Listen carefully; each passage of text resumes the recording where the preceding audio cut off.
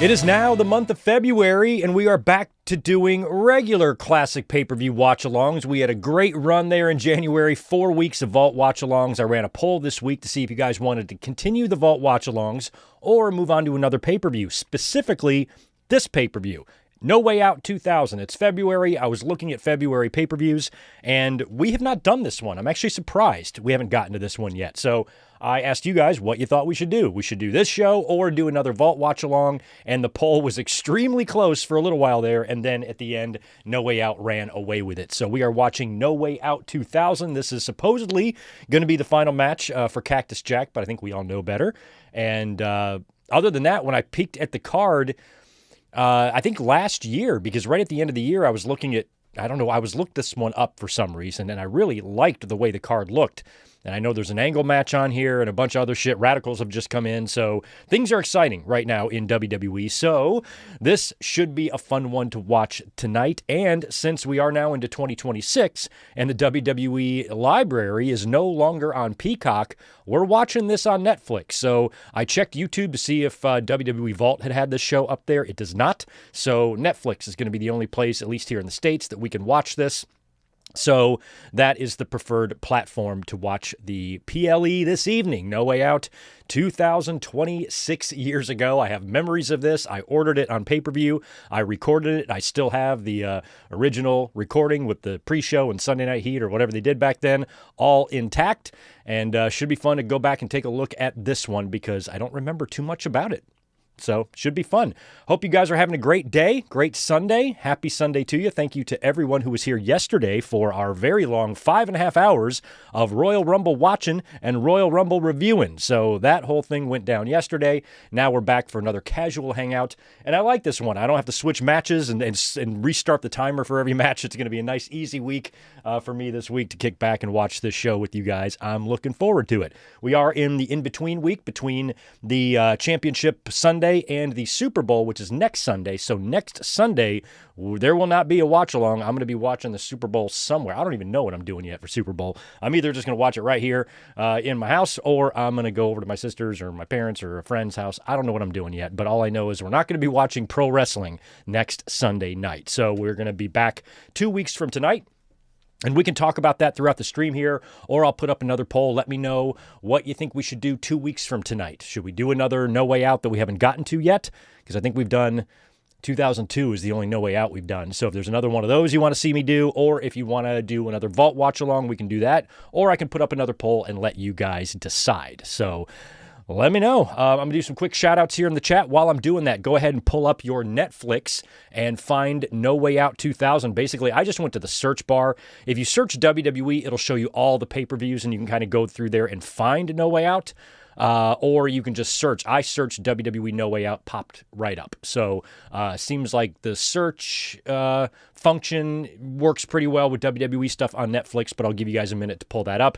Once you do, you will see that the runtime for No Way Out 2000 is 2 hours, 36 minutes, and 23 seconds.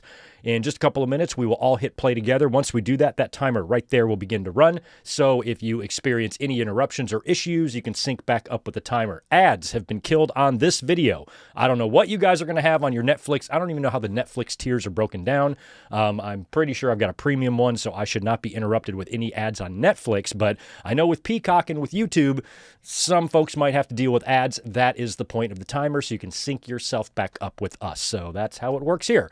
But you shouldn't have any ads interrupting you here because I have killed them. So, yeah, let's just do some hellos and get on with the business tonight. Good to see Zane G. Good to see It's Robert, Tatanani, Melissa. I did get your Christmas card. Thank you so much for that. Appreciate that. Ryan Adams is in the house. Always happy to see you. RF or RG F91. Good to see you, man. Cool. No Way Out 2000. Like it. Garrett Tatanani. We Are Pro Wrestling is here. We got Ben Espinoza. We've got Colin. We got Coco Anarchy. Mike Rouse.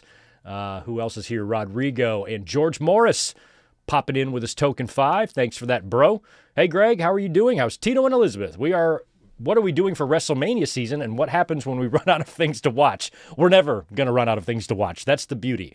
Because if we ever get done with all the PLEs, why am I saying that? Pay-per-views, if we ever get done with all of those, we can just do vaults. We can do match conglomerations. It's going to take us a long time to watch everything pro wrestling has to offer on Sundays. So we've only begun to scratch the surface, even though we've gotten a lot of classic 80s and 90s stuff out of the way, especially from WWE. There's still a lot out there left to watch. So I don't think we're ever going to run out of things. I think I will die before we will run out of things. So when I'm 90 and I'm up here and I'm doing watch-alongs and my dentures are falling out and I'm a mess, we might be getting close, but I don't think we're ever going to really achieve that. But thanks for always being here, George, every Sunday. Good to see Big Funds. That's Brandon. I know you. Robert Real DJG, good to see ya. Big Guy, WWE 5289-1. Victor Colon is here. Fox Star Killer is here as well. Oh, and Melissa Hernandez has got a birthday on Super Bowl Sunday. Happy early birthday to you. I hope your team wins. In terms of who's going to win, I don't really know. I don't have a dog in this fight. Don't care. What is it? Seahawks and Patriots again? Kind of rooting for the Seahawks because I really think they fucked themselves over. They had the Patriots beat in that Super Bowl a few years back, and they just coughed it up. And that goal line play interception that was just like, what? When you got what's his face back there in the backfield, all you got to do is hand it off to him, and he'll plow through and win you the game. And what they do, run a slant and got an interception or something like that. So I'd like to see Seattle rectify that, so to speak. So anyway, all right, well, let's watch No Way Out 2000. This should be fun. I don't really remember much about this, but this is heading into WrestleMania 2000. The Rock, if he hasn't yet already, no, he is not, but he's about to host SNL in just a couple of weeks. I think that might even be the go home to Mania, the week before Mania, something like that, or the night before Mania, when that was. But that's coming up. Rock is starting to get big. The Radicals just came in. Kurt Angle's getting himself on the map. This was an exciting time. It really was. All right, well, let's watch No Way Out 2000. Boy, I'm a little rusty on this here with the timers and stuff. Okay, here we go. All right, I remember how to do this now. All right, I just got to do this once instead of the last couple of weeks. I've had to do it 8 times in each stream. This time it's one and done, so that's kind of awesome. All right, timer is set. Play button is set. Here we go. We're going to go 3, 2, 1, play, okay? All right, 3, 2, 1, play. All right. I think I've nailed it. Cheers. Got my nice trusty 805s back. I'm so happy.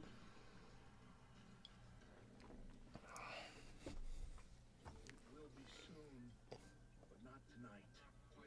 Though my nights are sleepless, I still dream. I've won and lost many things. I didn't like this match nearly as much as the Madison Square Garden Royal Rumble match. That was great. This is my chance. In my way, there is a man. We did watch the Royal Rumble 2000, but I believe I did it on a members-only video because it's down in my members-only playlist. So that is one we could revisit, or at least revisit the Foley and Triple H match from that show in a future Vault watch-along. Because it's one of my favorite matches ever. It's the night that I became a believer in Triple H. I kind of was questioning if he was up to the task of being a bona fide main eventer. And after that, I'm like, yep, he is. This is a nightmare. Maybe it's my nightmare.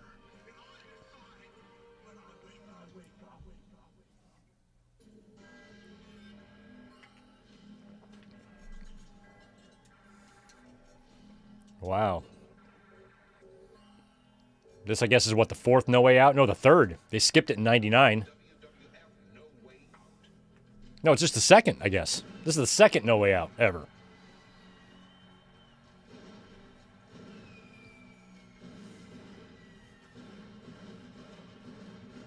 Well, Jim Ross is going to tell us. I forget where this is. Where the arena or where the venue is. What city? Oh, it's Hartford, home of WrestleMania 11. I did not know that this show was in Hartford. This is another one of these buildings that's very easy to spot because the steps on the levels are lit up with lights, and they just always really stood out to me. It's a very recognizable building. See the little lights there on the railings?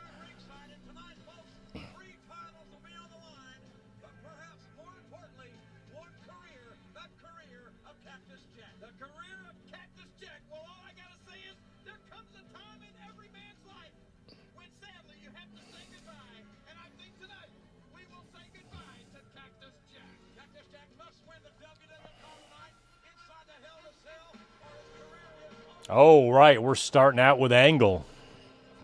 Now, I forgot. Angle wins a belt here.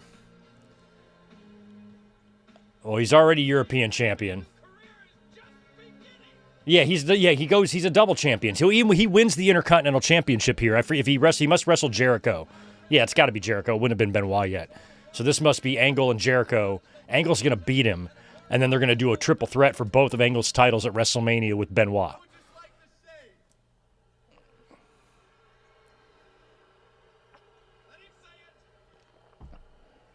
Kirk Angel.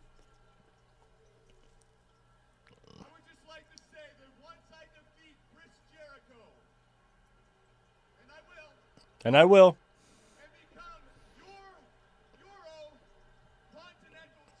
Euro Continental Champion.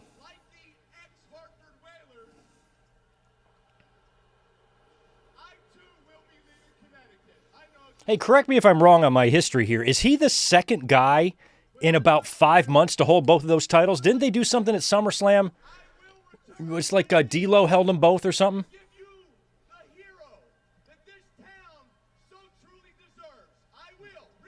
I will.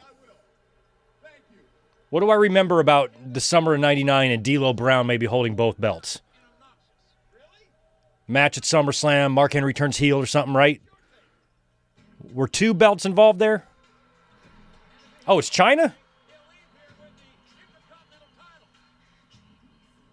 Wait, is this the co-IC championship? What's going on? Why the fuck is China here?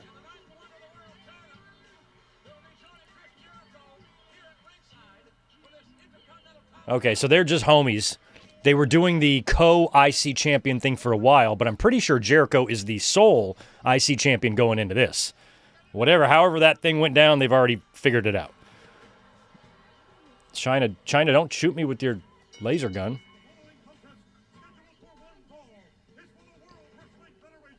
I'll never forget when she debuted that song. I'm like, is this a fucking rib? Don't treat me like a woman is the very first thing you hear when the only jokes you ever heard about China back in those days in the 90s, oh, she's a man, you know. And I was just like, I remember thinking, like, that is so unfair to her. I hated her theme song. It was so stupid. Don't treat me like you know me. So fucking dumb. Jim Johnson had some good ones. That was not one. I don't know if he produced that or not, but that's one of his misses. He had a lot of hits, but that's a miss. Break the walls down. Oh, Jericho. He'd only been in for a few months by this point. I used to have that Jericho-holic shirt. I actually still have it. It is buried deep, and I mean deep, in storage somewhere about 2 miles down the road.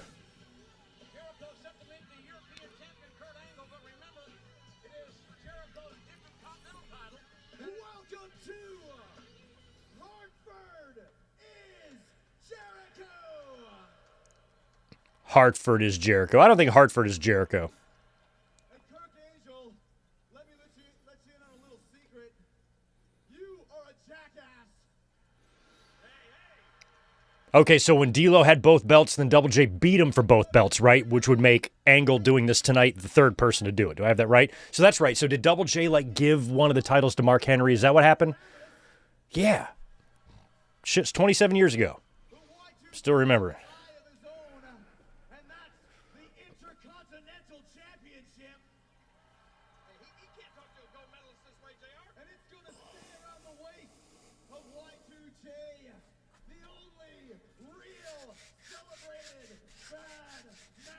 Bad Mama Jamma.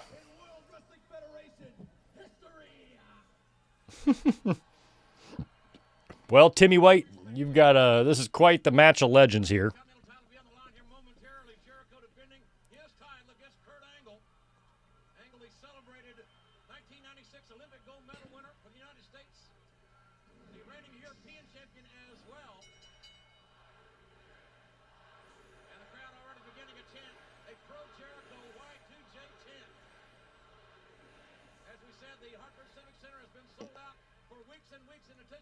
And I remember at this time, I would become a massive fan of Angle, and I would become a massive fan of Angle in the year of 2000. I just wasn't quite there yet. And that's a knock on me because I remember not being able to recognize quite yet how fucking good he was, you know? Like, I could tell WWE wanted to push him, but I think it took me another 3 months before I'm like, oh, okay, this guy's a real deal.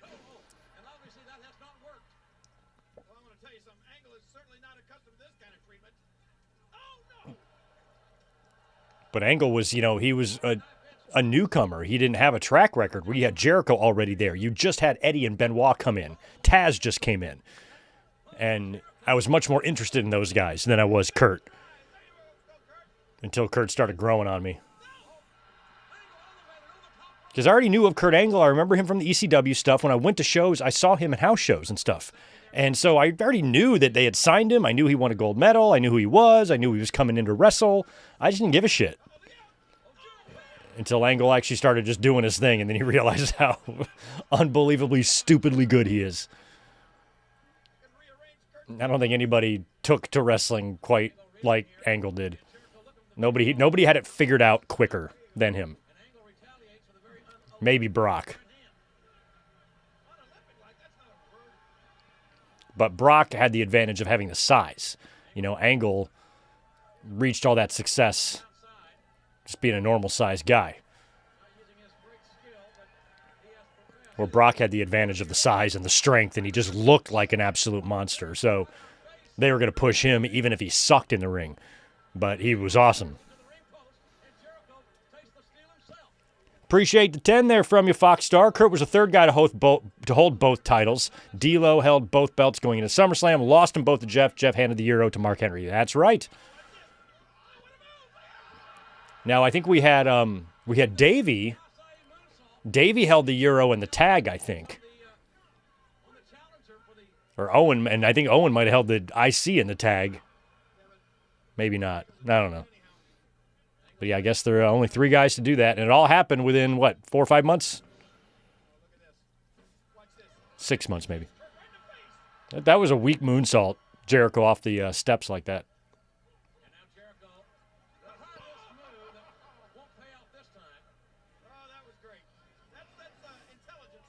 That's that intelligence right there. Man, big belly to belly from the second rope.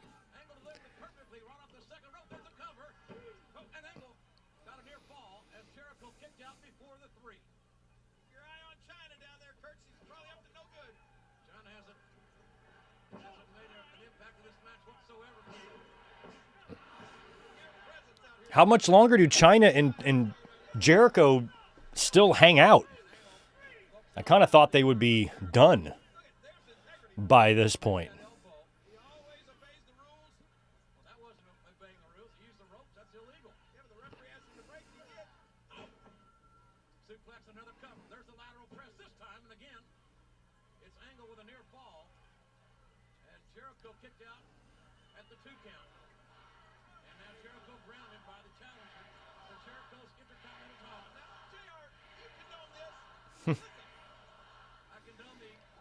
We got 10 more from Foxstar. I'm actually torn between keeping the Angle, Jericho, Benoit triple threat as a single fall for the IC belt, or do Angle, Benoit one-on-one for the IC belt and Jericho Eddie for the Euro.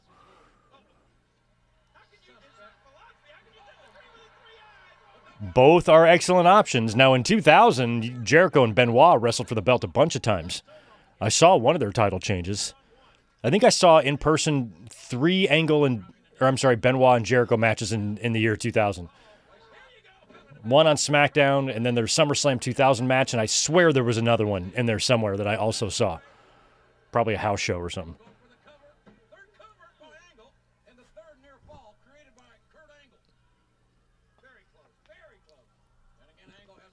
Bad Mama Jamma. I, too, am a bad Mama Jamma. I know most of you guys are.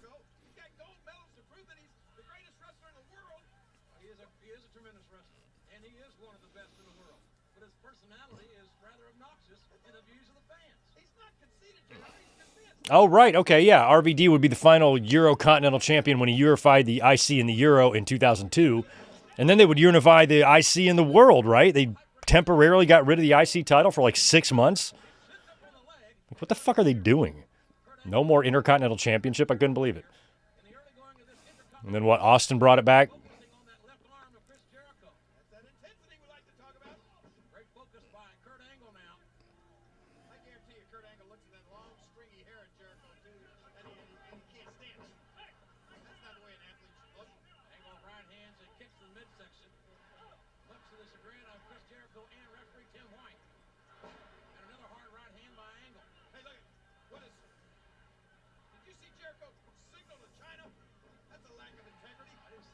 Mm.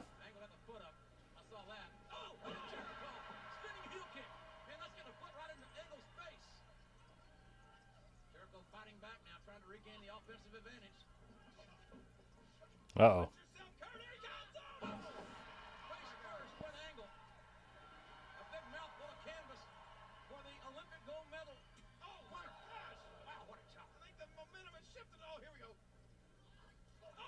Oh, nice. Damn, and he landed right. That was actually really good. Nice flying forearm.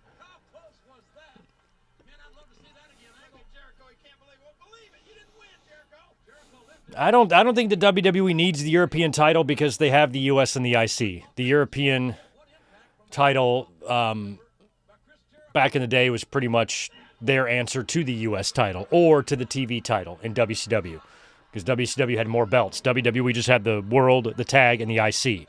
Where in WCW you had the World, the US, and the Tag, but then you also had television title as well.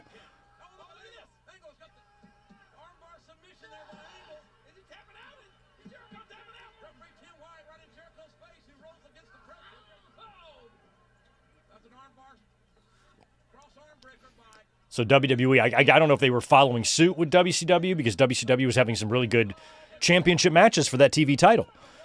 So I think they created that as their answer to that, to give them a fourth championship. So basically their TV belt, not their US belt.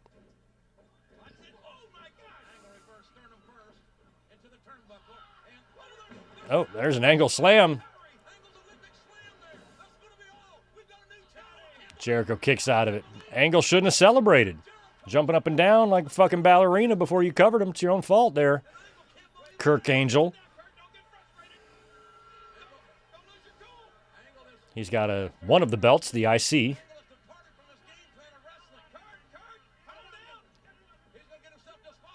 Timmy White grabbing it. Okay. Are we going to get a finish on the belt? Oh, wow. He's got the walls of Jericho in. I feel like Jericho's going to Lions. Do I know the finish here? Does Jericho Lion salt and get hit in the face with the belt? Is it something like that? I remember watching this that night and being shocked that Angle won the title. I didn't think he would.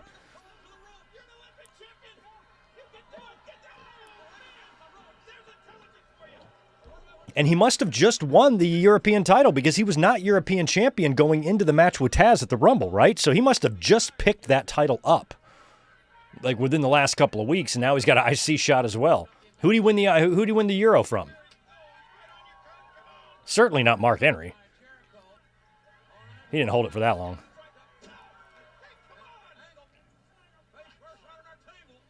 Yeah, who and when did Angle beat for the Euro title? Don't remember. Nope, now he's got the European title. Don't hit. Oh! Oh, China. What is it with Kurt Angle and girlfriends of Triple H? What is it with him? That belt is still in the ring. I know that's going to play into the finish. Yep, look at there. There's a lion salt. There's the position. Now he's going to lion salt and get hit with the belt. I do remember this. Okay.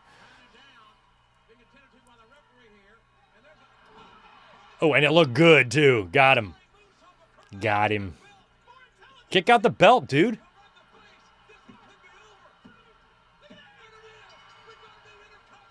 An Angle has won the title. Oh, he beat Val. Oh, good. I'm so glad it was Val Venus. Val Venus Dumber than a penis. Double champion Kurt Angle just winning. I mean, after getting humiliated in the Garden by Taz, here he is now winning WWE's 2 of their 3 singles championships within like 2 weeks' time. That's crazy. Angle 2 belts.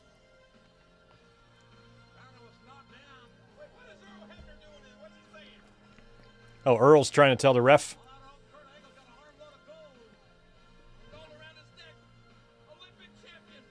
Earl and Timmy White arguing. I love it.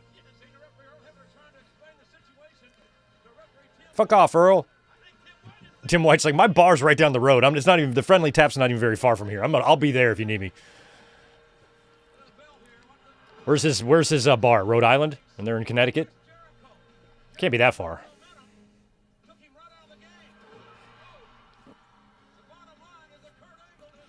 I read somewhere that every single human on Earth, if you put us all into one area, we could all fit inside the state of Rhode Island. Isn't that crazy?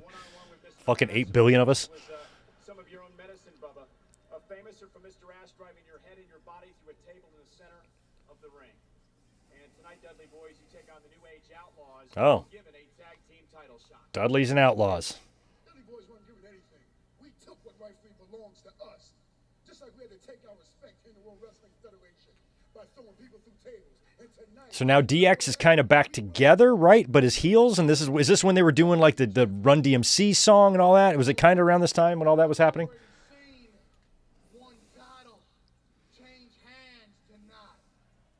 The people should get ready to see another. Outlaws, we got 2 words for you. 3D.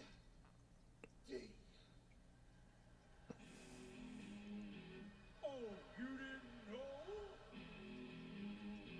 Your ass better call somebody.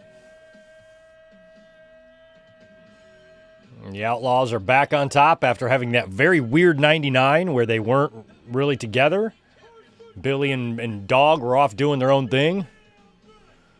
But then they came back together to kind of reform DX after Triple H won the title again.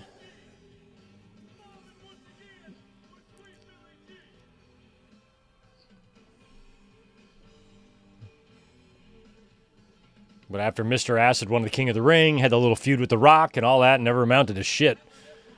So he's right back into the Outlaws.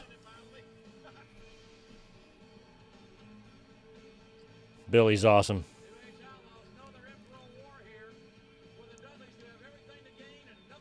Meltzer was getting heat this week over not calling Billy a top 200 worker or something like that back then. And like, man, it's fucking Attitude Era. He was so over. I went to so many house shows. Well, not so many, but a few house shows where the Outlaws closed. They were the last match. Hogan must pose. Send the fans home happy. Road Dogg can do his nursery rhymes. We're all going home. We're all leaving the building happy, sucking it. Fucking Billy was over. Over like Rover during this time.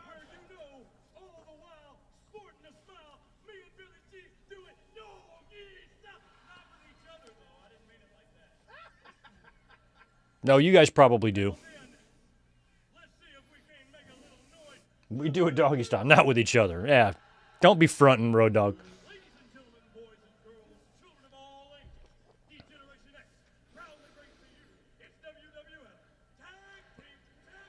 Billy had a torn rotator cuff right here? Do they drop the titles then?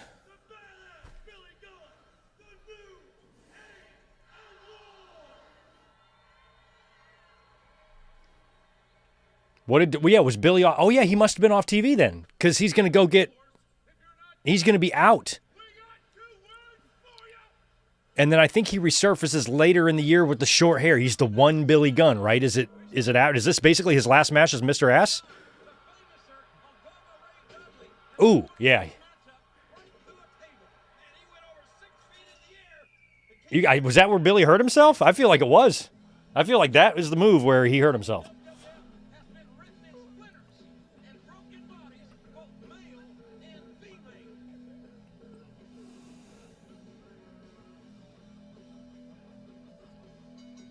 Oh, he was beat up by... Really? He was beat up by... Why don't I remember that? I guess I kind of do.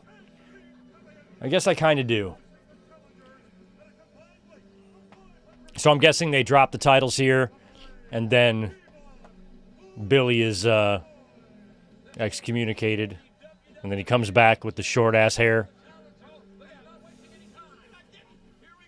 Okay, I did not remember that he came into his match hurt, and as I understand rotator cuff injuries, they fucking suck. And you can see Billy's really, he's not even moving that left arm.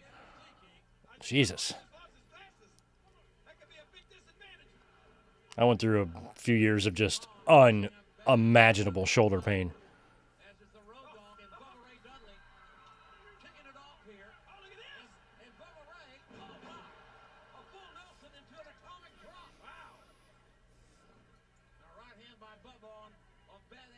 The fact that they're letting Billy compete with that thing.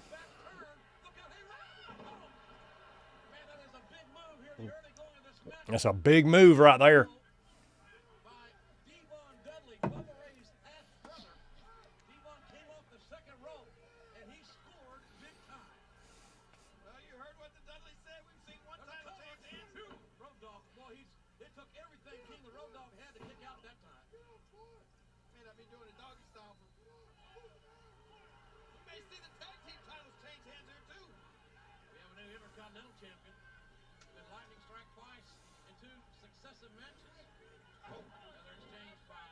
Oh, yeah, I guess that's true. If Outlaws drop them here, which I'm assuming they do. Right, a lot of title changes right off the bat. Who is the world champion? Oh, yeah, Triple H is. the main event's a title match. I was trying to think, I'm like, that maybe it was just Cactus Jack retirement. No, Triple H is champ. What do you think the Dudley's chances of winning the tag team titles are? I heard you say that the New Age Outlaws are probably the greatest tag team in WWF history, but Boy, I consider myself a pretty smart fan in 2000, but boy, I really had that Mick Foley shit wrong. I didn't realize that he was on the verge of retirement and that he was going to retire. Had Austin not gotten injured, he would have been retired earlier. So when I was doing like predictions and whatnot for these shows, not only did I predict Cactus Jack to beat Triple H at the Rumble for the title, I predicted him to win this match. I wasn't understanding that what I was watching was the end of Mick Foley. I didn't know he was legitimately retiring. I don't remember why I wasn't aware of that when listening to the hotlines and doing my own hotline and how that hadn't dawned on me or whatever. But I kept picking him to win. I'm like, well, he's going to win. He's not going to retire. He's going to win. He's in his 30s, you know? And then he came back for WrestleMania, of course, and then lost that too. And I'm pretty sure I might have picked him to win. I am actually not 100% positive, but I bet you I picked Mick Foley to win at Royal Rumble, to win at No Way Out, and to win at WrestleMania. And he lost all 3 matches. So I was not, my wrestling brain for some reason was not grasping that what I'm watching is the end of Cactus Jack. And luckily it wouldn't be, because he'd be back.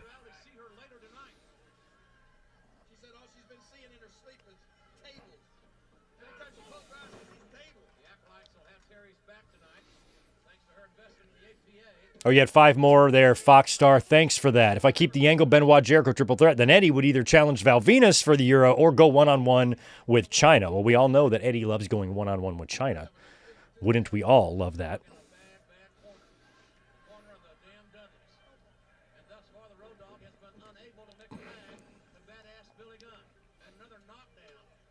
Man, I would try to throw Eddie in there and make it a 4-way, man. Jesus, Angle. Because I don't think that 4-way exists. I don't think we ever got an Eddie versus Angle versus Benoit versus Jericho match anywhere in WWE. If we did, send me a link of it.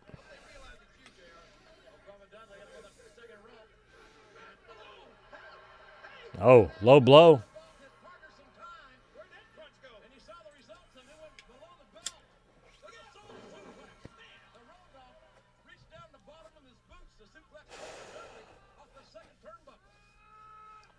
Bubba is still very vocal back in these days. I think he might have dropped the stuttering by now, but he was still, always got something to say.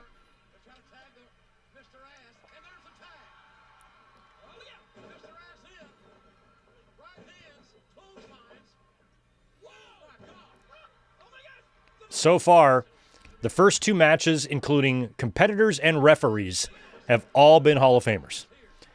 Jericho Angle, Timmy and Earl in the first one. And now we got Billy and Road Dogg, who are both already in the Hall of Fame, the Dudley Boys, who I both also believe are in the Hall of Fame, and Teddy Long, who I believe is in the Hall of Fame. Dudleys went in, right?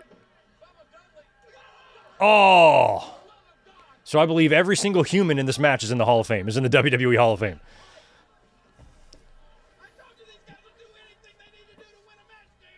So Bubba has hit Billy's bad left torn rotator cuff with a lead pipe. And there is the 3D. And is this going to be their first tag team titles? Have they won them yet? I don't think they have. And the damn Dudleys have won the titles, and that might be for the first time. Help me on my math there.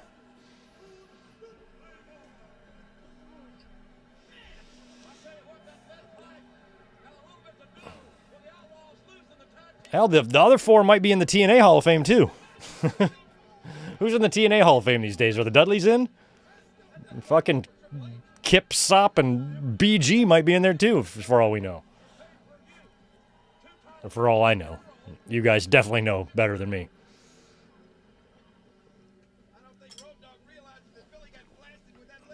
Road Dogg's like, I got hit in the shoulder. I'm working injured, and Bubba removed the lead pipe from his ass and hit me with it. What do you expect from me, Road Dogg?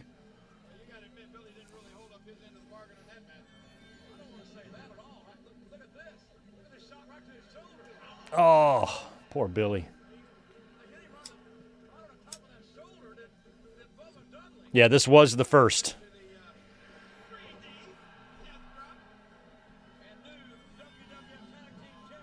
Oh, look at Angle celebrating. I'm going to drink a big glass of milk. Kirk Angel out there with the humanoids and the ham and eggers. Man, brave man.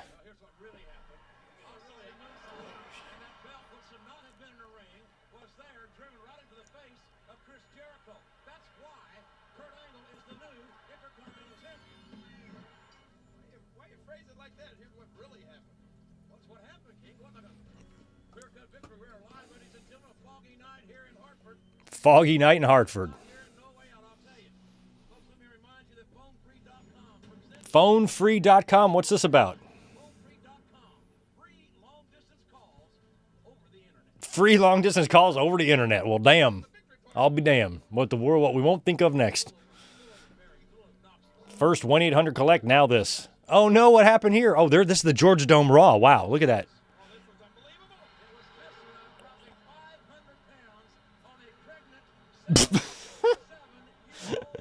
Fucking Mabel splashed pregnant 77-year-old Mae Young. Pregnant. Oh, here we go. Mark Henry and Mabel. Holy shit. Those men are on a mission. Mark is on a mission.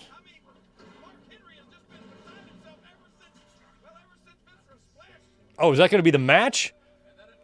Mark Henry versus Viscera? I never knew this match existed. Holy shit. Yeah, I loved Sexual Chocolate. I think he was my favorite Titantron video. We used to crack up going to the shows, and because it would have like his Titantron would show like the Hershey bar. I don't know why we got a kick out of that. There it is, Mark. This is the best. Sexual Chocolate.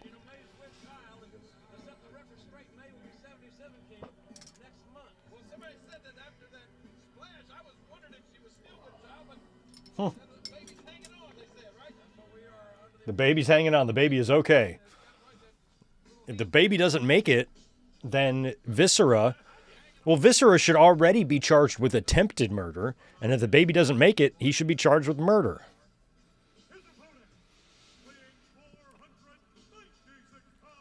$4.96. Just throw your hands in the air and wave them in the atmosphere. I'm trying to be Oscar. Rest in peace to Sir Mo, who passed away a couple months ago.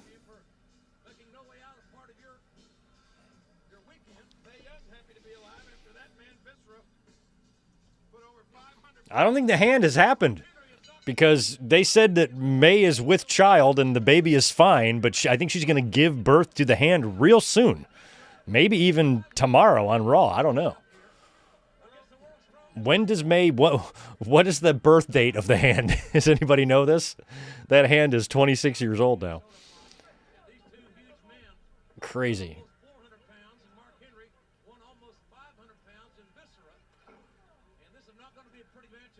This is not going to be a pretty matchup. This will not be Chris Benoit versus Eddie Guerrero.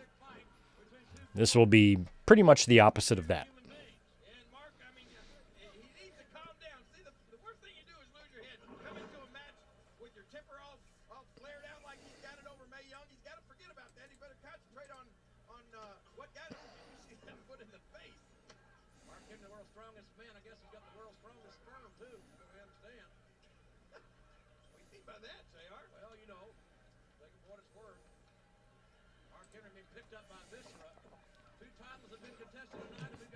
The hand can rent a car now. The hand has been old enough to vote for 8 years, old enough to drink for 5, and can now rent a car. The hand segment is the 28th of February. Okay. What is the date of this show? Oh, it's tomorrow. The hand is born tomorrow. Okay. Tomorrow. Yes, rest in peace to Catherine O'Hara. And Damon Wilson, Sanford and Son. I grew up watching that show, too. Catherine O'Hara was a tough one, though. She's awesome. I mean, if God wants to take away from us people who are in Home Alone 2, I have another suggestion.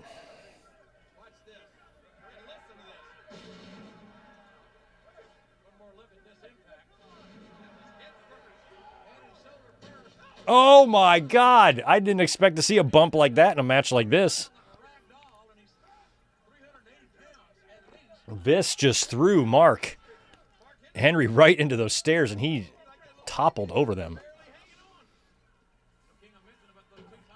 He kicks the stair like that's going to hurt him.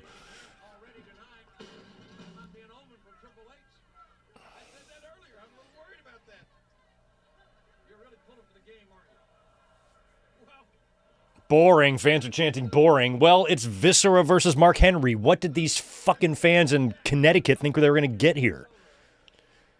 They're going to get Rey Mysterio versus Juventud? No, they're going to get Mark Henry versus Viscera. Imagine that match in your head, and that's exactly the type of match they're giving us.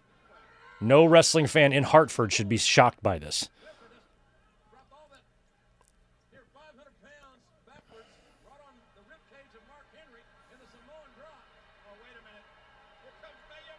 Oh, wow, she is running. Like how she's running like that.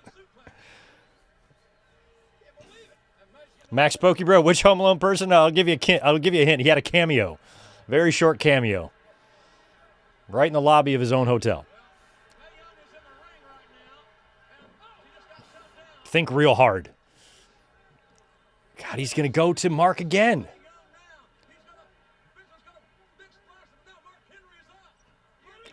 Oh, thank God. That right there, that shoulder tackle by Mark Henry just saved the life of the hand. We would have... Wow. And he beat him with a body slam. I love that. I'm never going to complain about a match ending in a body slam. Most famous match of all time ended in a body slam. Yeah. I love the music. I can't get over it.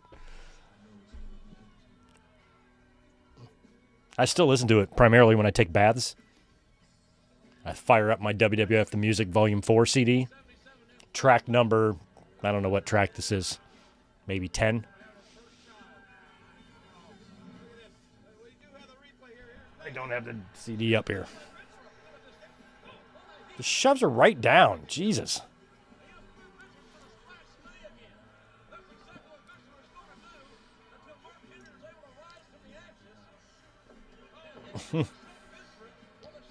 And the body slam was pretty impressive. He got him up and over. It wasn't like a Luger on Yoko slam. It was like up and over. It wasn't a hip toss.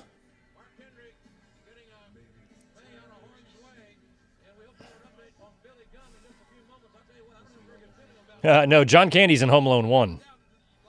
Didn't even get paid for it either. Did it as a favor.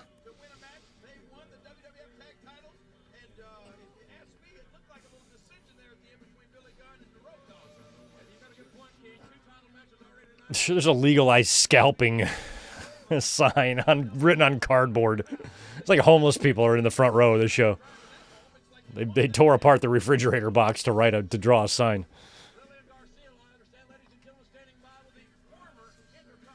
Lillian. Vivian. He's going to call her Vivian. Vivian. Vivian.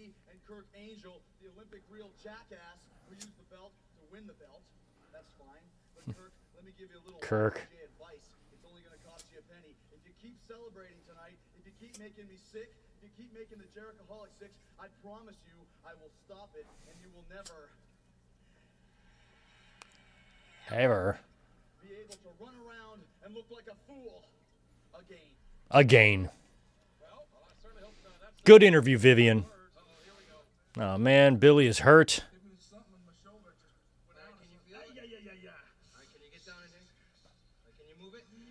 He looks naked.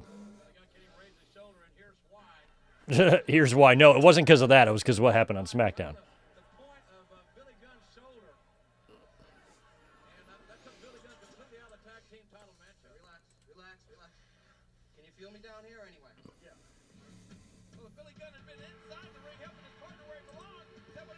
Never really watched SCTV, but I know Candy and her are all in that, though. All right, here comes the Hardys with Terry, whose managerial services they won, I guess, back at No Mercy in '99. Who are the Hardy Boys facing here? They're fresh off that big, fun win at the Royal Rumble against the Dudley Boys, one of my favorite matches they've ever been in.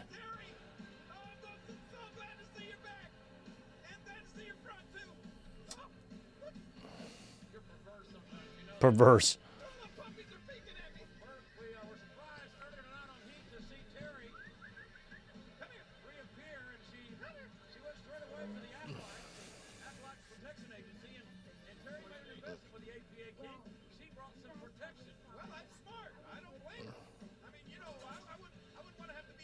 So Terry picks up. Look at Jeff hugging her. Oh, okay. It's going to be Hardys, or is it going to be... What's the fucking's going on here? They haven't been... they haven't turned really heel yet, though, have they?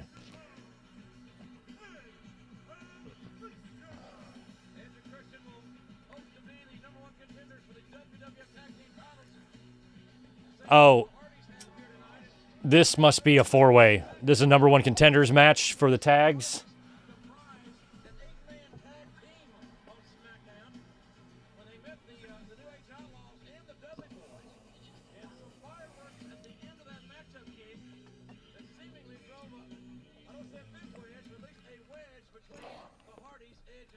Drive a wedge. All right, APA. Okay, is this one-on-one, Edge and Christian? I don't even know what match we're getting here. All right, they're not wrestling. They're just out here for protection.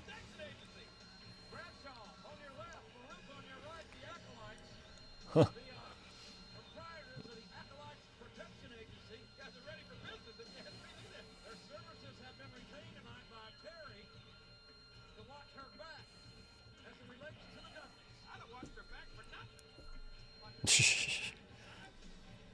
All right, so the APA are just out here to watch Terry's back, I guess. Okay. All right, so this is just going to be a straight-up match here between the Dudleys and the Hardys. Sounds like it's a number one contenders match. They are going to... Something must happen here because we have the three-way match at WrestleMania for the titles in the ladder match, right? So I think both these teams wind up getting title shots. So I guess maybe whatever happens in this match is what leads to us getting that triple threat ladder match at Mania.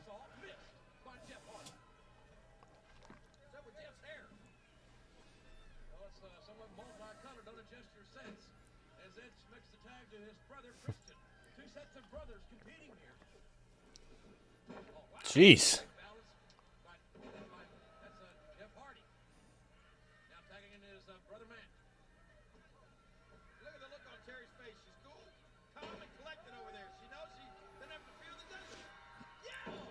And I don't know exactly either when Terry broke away from the Dudley or from the Hardys, like when she would be kind of officially done with them. Up now they're taking their shirts off. Yay.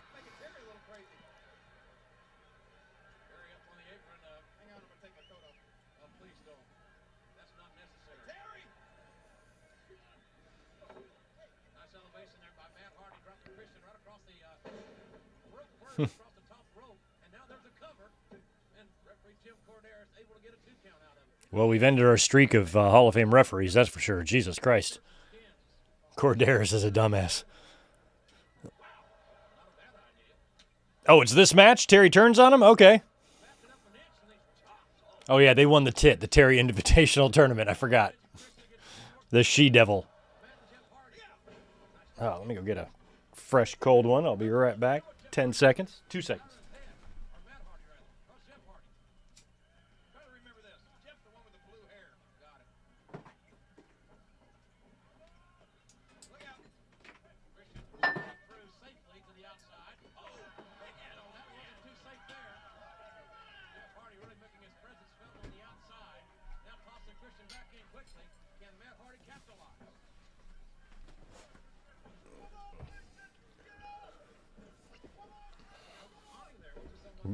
Yeah.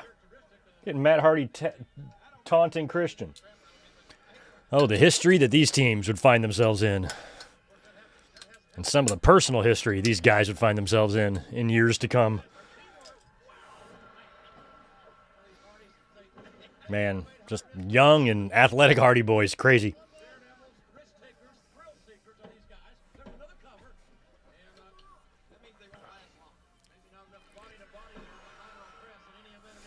Fox Stars got 10 for us. ENC pseudo heel turn the night after Mania, but feud as de facto faces against Road Dogg and X-Pac at Backlash. Okay. Oh, I didn't really know it went like that. I guess it did take him Hardy with the springboard. So it took them until after Backlash to become officially, you know, the super douche guys that they would become, the kazoos and all that. I love that. I loved Edge and Christian in like the summer of 2000. Their interactions with Foley and stuff. Oh my God. So good.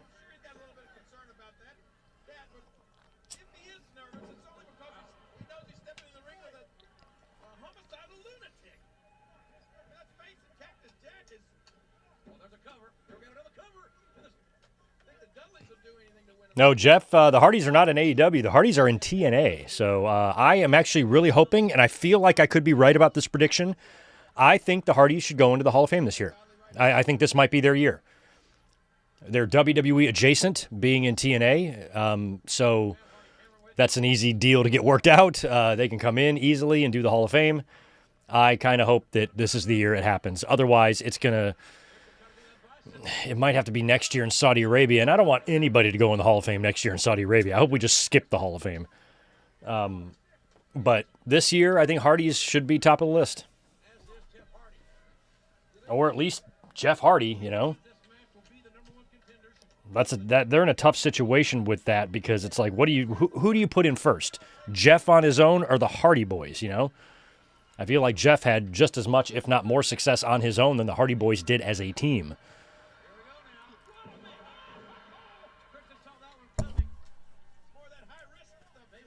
And I don't know if we've had, to help me out with the Hall of Fame history here. I don't even think we've had anybody who has gone in as a tag team first and then as a singles after. I don't think it's ever gone that way. I mean, I could be wrong, but I always feel like you go in as a singles first, and then if you're in a team or a faction, that comes after, making you a two-time Hall of Famer.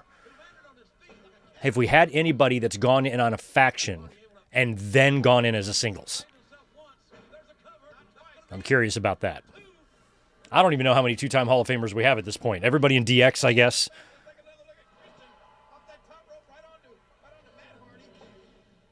Well, I get maybe Triple H. Triple H did. Triple H went in DX in 2019, right? When he told Billy he'd buy the Pissant Company, and then he went on his own this year. So it's Triple H. There's one. Who else?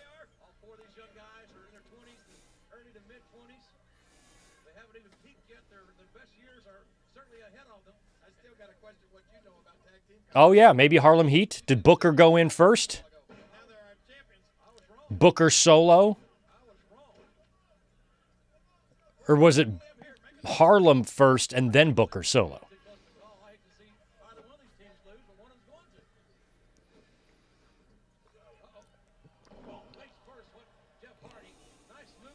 I feel like lots of guys have gone in as a singles first and then a team or a faction after. I'm looking for people who win as a faction or a team first and then as a single after. And I can think of Triple H. Right now, he's the only one I can think of so far.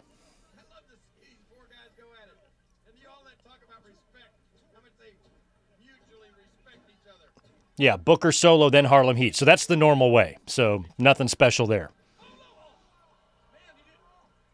No, Sean went in as a singles first. At least I think.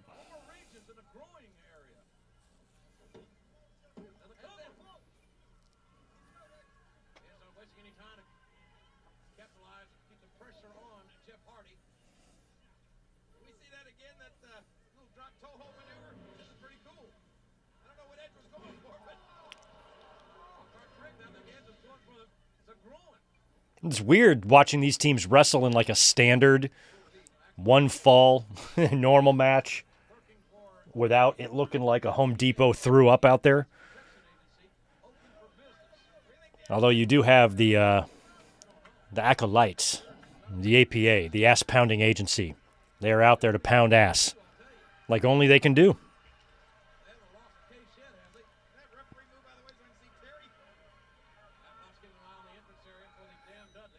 Evolution. There you go. Evolution saw Randy and Batiste go in, right? Did Evolution go in? They might not even gone in. Did Evolution even go in? No, Evolution hasn't gone in. Randy Orton's not a Hall of Famer yet. No, Evolution's not in the Hall of Fame. Ugh. At least I don't think they might have been. I think the thing I'm remembering is the reunion they did in 2019 before Batista's last match in the ring, like on SmackDown. I don't think Evolution's done a Hall of Fame yet. But if they had, then that would also count because that means Orton and Batista would have gone in before they went in as a singles wrestler. And that would make Ric Flair like a 5-time Hall of Famer. So no, Evolution's not in.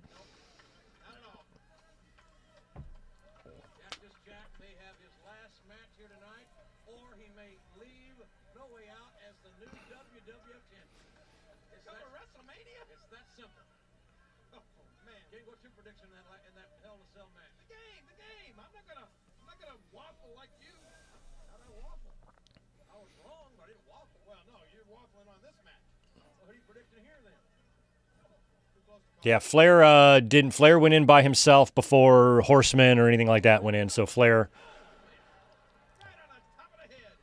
followed the standard. But yeah, so Jeff Hardy will be another one. He'll be a lot like Triple H, where you could conceivably put the Hardy Boys in first and then do Hardy by himself after. But that would feel weird or like off balance or something. But they did it with Triple H. So, oh wow, what a powerbomb! Jesus.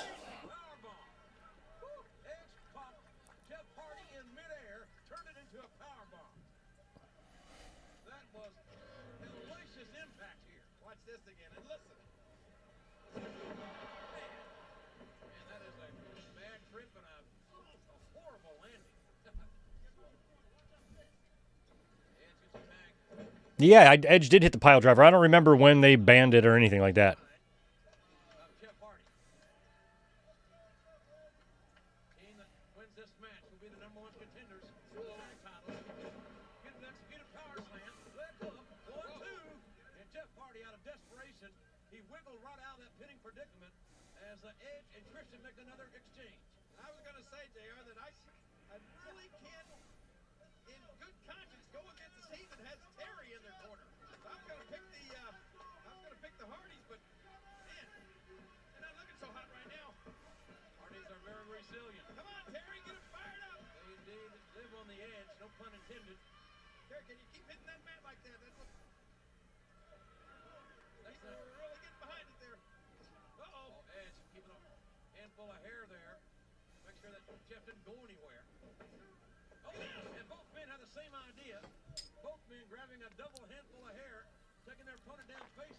Matt Hardy never won the Intercontinental Championship, did he? So I guess he's the only non-IC champ. He's the least decorated of everybody in here.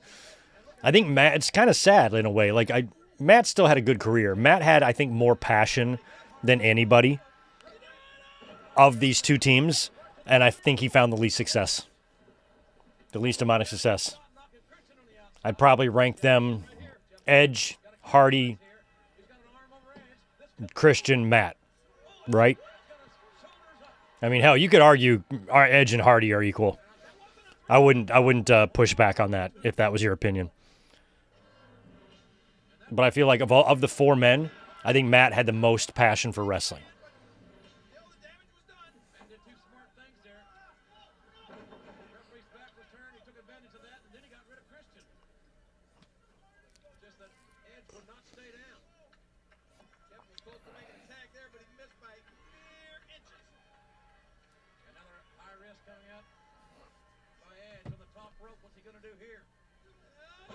Oh.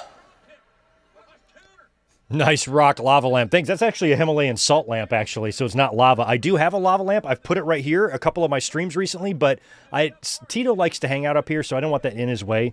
He's under the desk right now, but if he hops up here and hangs out, that thing is in the way, so I didn't put it up here. But I do actually have a real lava lamp that I've had on the stream recently, but I didn't put it up today.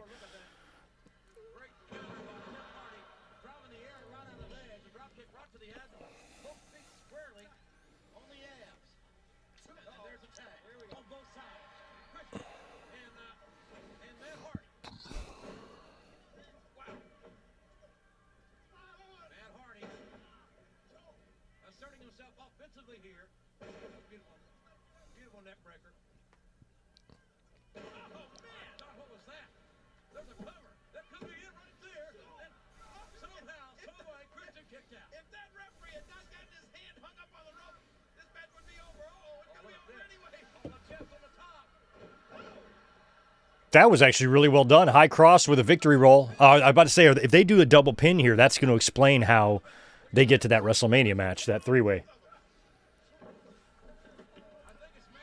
Right up the road from me in Anaheim. The WrestleMania 16, the WrestleMania 2000 theme song, they would eventually morph into the Teddy Long song. Teddy Long, long, long, long. Oh, wow. Oh. God, Christian, that takes bravery. That's something I would struggle with as a wrestler. If I'm laying there in the middle of the ring and I got a wrestler coming off at each corner and I just have to trust that they're not going to shatter my skull, you know, like, God, like they're going to land right where they don't knock my jaw off or break my nose. And I mean, the Hardy Boys came off with what, a high a splash and a leg drop onto Christian, and both were hit perfectly. Man, I don't have that courage.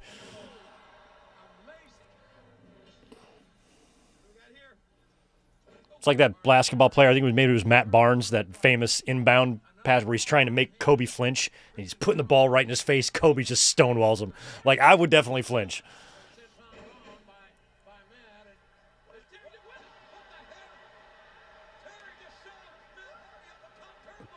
What a Jezebel. Does Matt even know what she did? All right, well, you had to end this alliance at some point, so she just flat out turns on him here.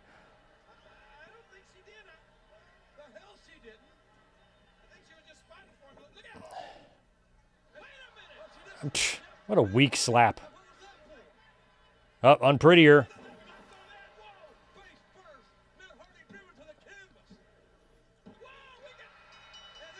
Terry Runnels, does she join them? Oh, they don't know.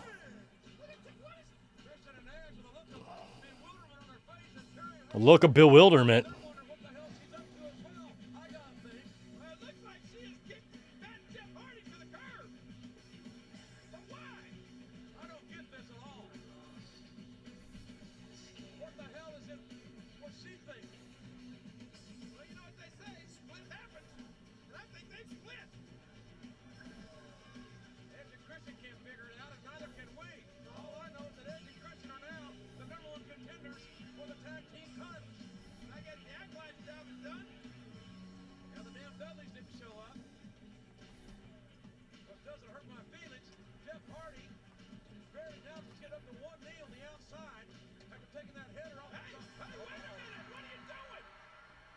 He got her. Oh, that's okay. Because I was confused. I'm like, why would she get protection? But it was protection from the team that she's going to turn on. And the Acolyte, oh my God, Jesus, Farouk? Come on, Ron Simmons, don't kill Jeff. I was in the building in Fayetteville in the summer of '99 when the Hardys, when they were still with Michael Hayes, they beat the Acolytes for the titles right after the King of the Ring.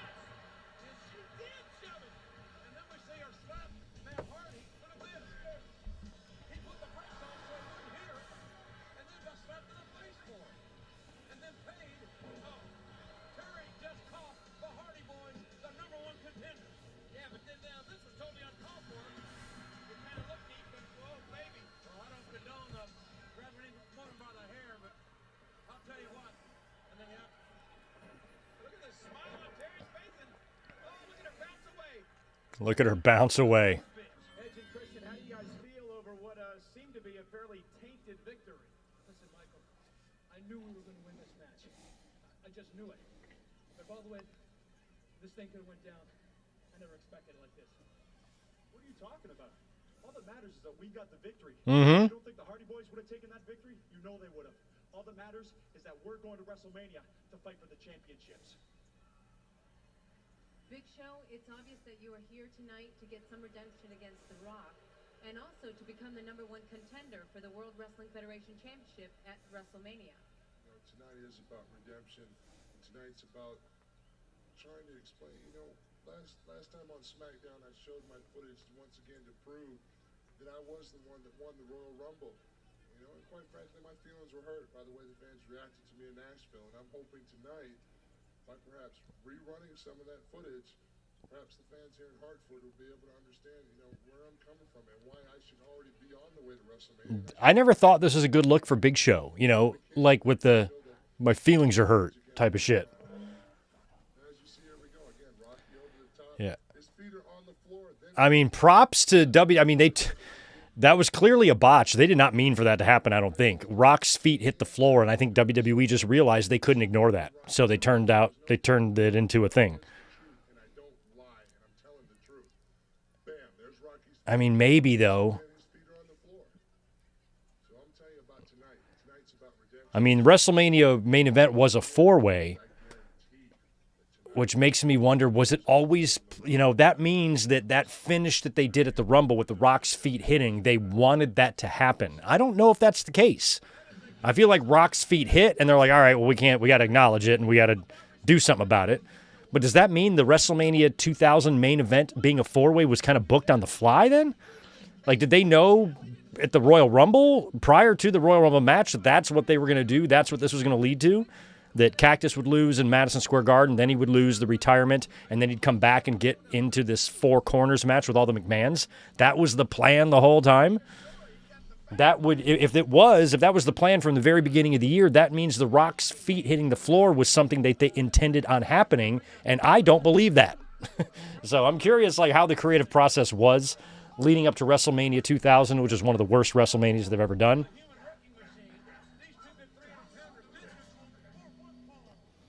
I mean, they tried to get cute. All you had to fucking do was book The Rock versus Triple H one-on-one. That's it. Didn't need the Big Show, didn't need Mick Foley coming back, and you didn't need any McMahons other than Stephanie out there. They are so stupid. Like, it's such a simple thing to understand, you know? Fans would have been elated. Look at that Backlash main event the month after, you know? And here comes Taz. Just came to the company.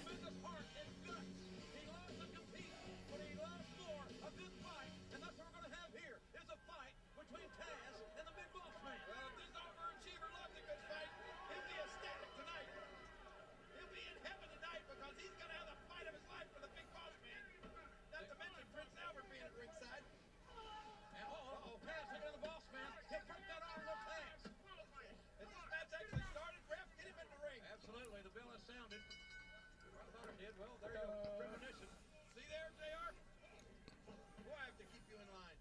You lied just to keep in practice, won't you? It's an interesting one-on-one match that I'm watching here. This is Taz versus the Boss Man. This has got to be a first. These two guys would have never faced each other or seen each other anywhere. Prison guard from Cobb County, Georgia, the big boss man. You gotta be tough to be a prison man. Cobb County, Georgia. Taz almost took the boss man's head off that time with that clothesline. Oh, look out for this. Oh, a suplex by Taz. Nice move. Taking a 300. I mean, this is when they still thought Taz was going to be something. Oh, look, they got the Taz submission. Taz, the Taz submission. Damn, it's going to be a squash. Is he going to put out? Oh, no. Here's Albert. Oh, DQ. Okay, just like that. What does the match? A minute long?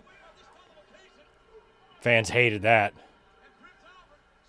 It's such a weird match to put him in. Why would you put him in the ring with Boss Man, who's bigger than him? Taz already has a size issue as it is, but he's kind of presented like a monster.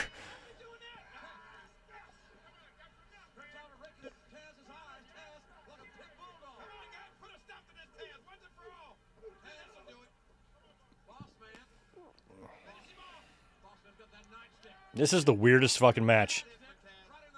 You could tell Taz was just, he was dead in the water from the minute he got there. Great match and debut with Angle in the Garden, but what it was, just a week after, was it the next night? Or was it the week after? On Raw, the Radicals showed up. And all of a sudden, Taz doesn't look so good when he's standing next to Eddie and Benoit. Fans really hate this. So yeah, Taz just, Taz's push was adversely affected by the Radicals coming in. He was kind of backburnered because not only did the Radicals come in, and did you have Eddie and Benoit there now, but you also had Saturn and Dean, who I argue are also more attractive wrestlers than Taz. And then you had Angle getting on the map. So between those four Radicals and Kirk Angel and Jericho, who had just come in a few months earlier, there was no room for Taz in the Intercontinental title scene, in my mind, or the European for that matter. It's too crowded.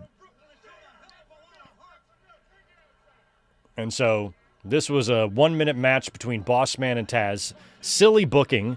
Taz just gets there. He's got the big win over Angle. You want to keep that momentum rolling, and you put him in the ring with someone who's going to dwarf him and make him look small.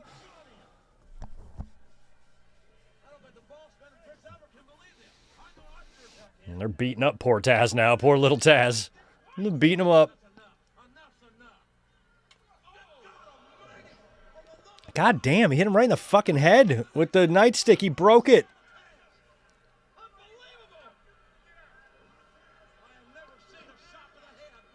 This feels like something they could have just done on Raw.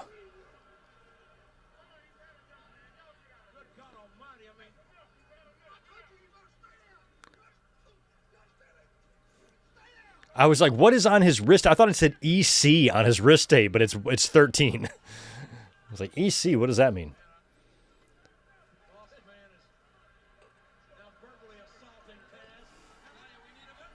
Taz still going.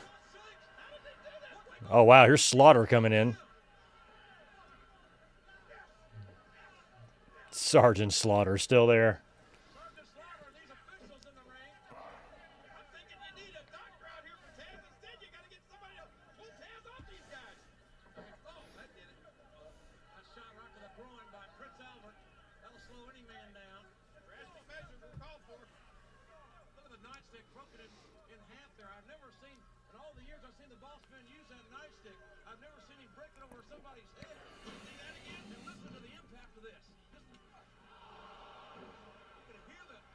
Yeah, Taz was just... It was almost over for him the minute he got there. I mean, other than that Angle match, I can't think of one other good moment he ever had. Never won a title. I mean, hardcore doesn't count.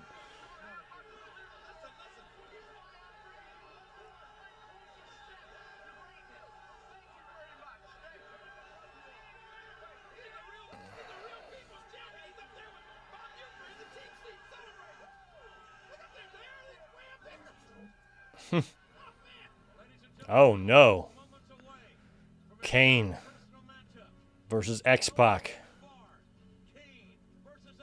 Oh, this must have been right after. Yeah. This was right after they had that amazing. That's when I knew like WWE was on fire. There was probably the week before this, or maybe the week 2 weeks earlier, somewhere in the last 3 weeks, there was an amazing 10-man tag main event on Raw that was so fun. I think it was like Cactus and the Radicals against DX or something like that, and all sorts of shit happened. And Kane came out at the end, returned with Paul Bearer wearing red. It was so fucking awesome. And just seeing like the Radicals there and being a part of all that and being like, oh man, WWE is white hot. And then they went ahead and shit the bed at WrestleMania.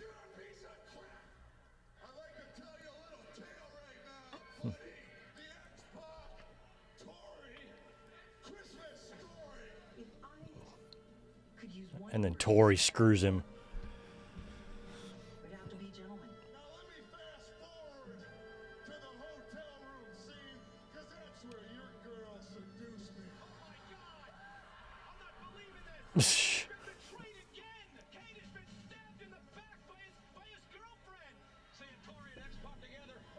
Yeah, Tori was hot. Kane's been institutionalized again. I think Kane in real life needs to be institutionalized.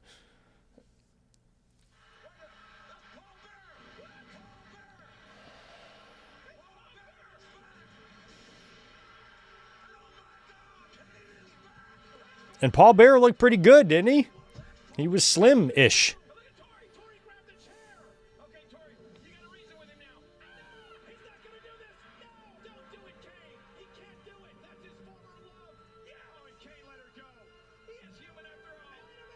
Oh, he tombstones Tori. That's what you get. Look at that crowd.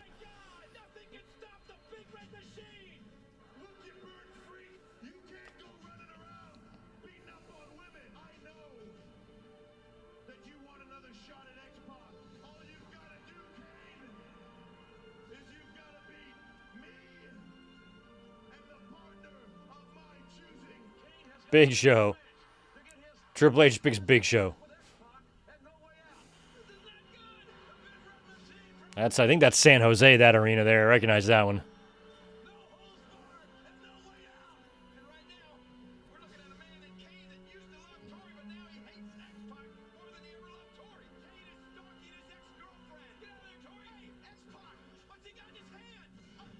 Oh. He shot him in the face. That keeps happening to Kane. Didn't that happen to Kane at WrestleMania?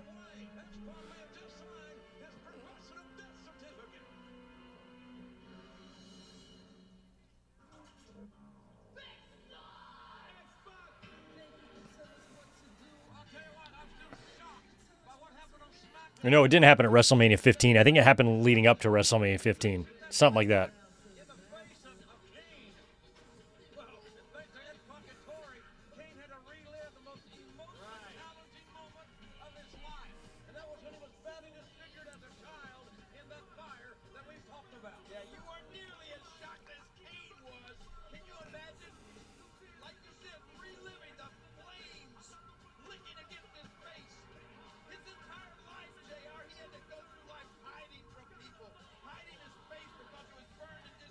Tori's got great hair. I was at the show. I don't remember now, though. It might have been WrestleMania. I was at the show that Tori debuted. But I can't remember where it was. I remember her sliding in the ring. It might have been WrestleMania 15. But yeah, I was there. Wherever her debut was, I feel like I was there. Or at least if she was doing like a series of run-ins before, like we knew who she was, I was at one of those. Where she was kind of like, was she going after like Sable or something?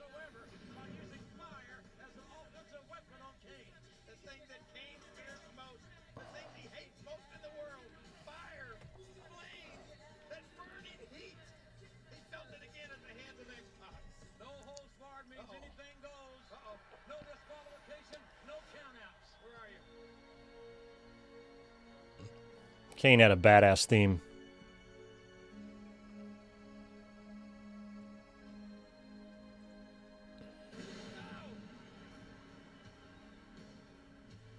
That's right.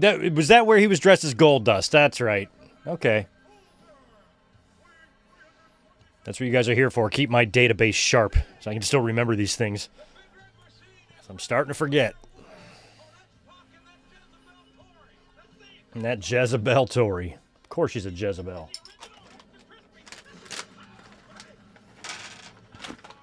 How do you like your Undertaker? Kane and Undertaker always getting burned. Remember, no holds barred. Oh, this is going to be bad for X-Pac. I can feel it. There must be a winner in this match. No disqualification, no countouts here. And I got to say, this is right down Kane's alley, King.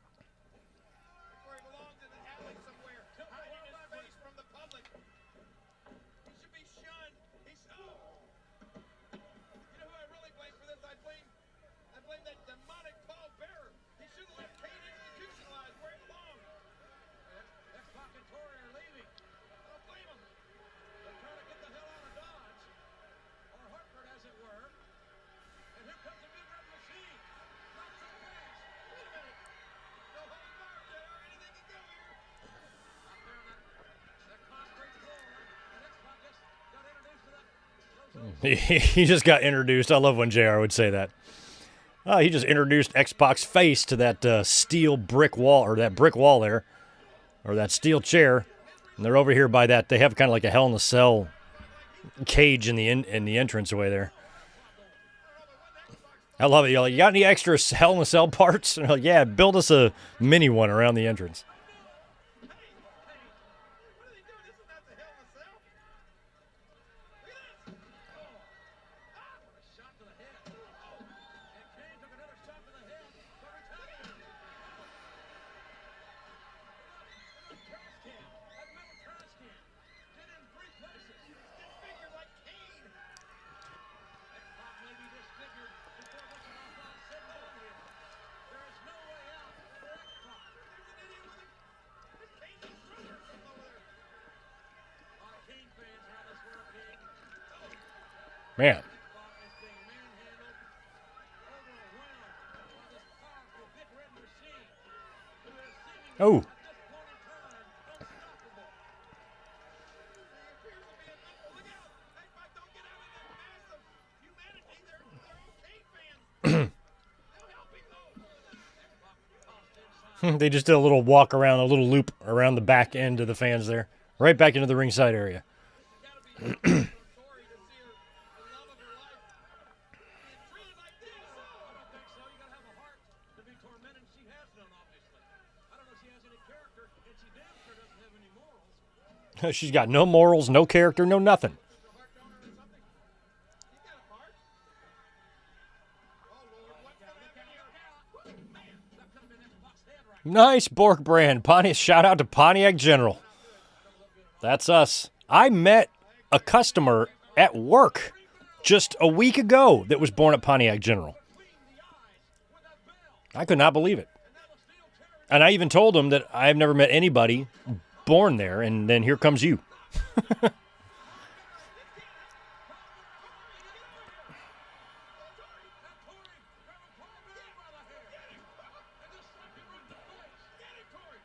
Oh, Lord.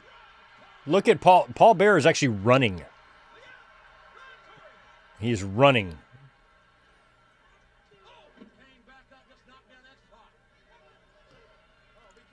I've never seen athletic Paul Bearer before.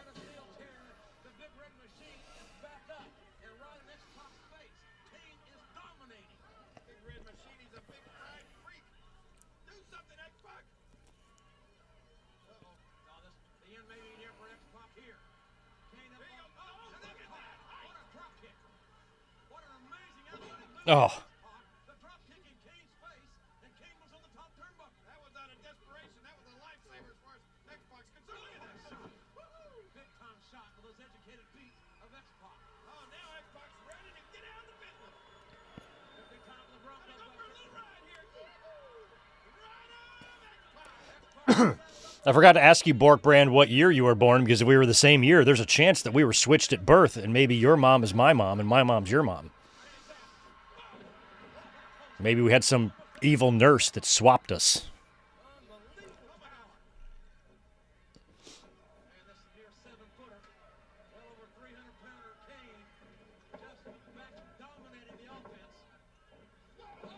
I love X-Pac, the drop kick to the knees of the big men. Classic X-Pac.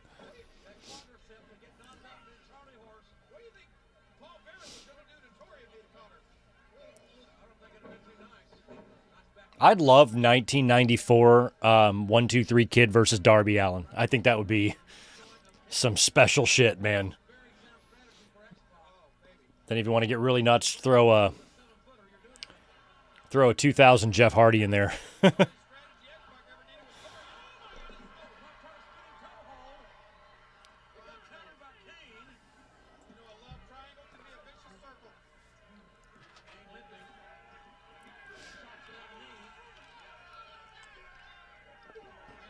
Okay, I'm older than you. We did not get switched at birth. Good. We're safe.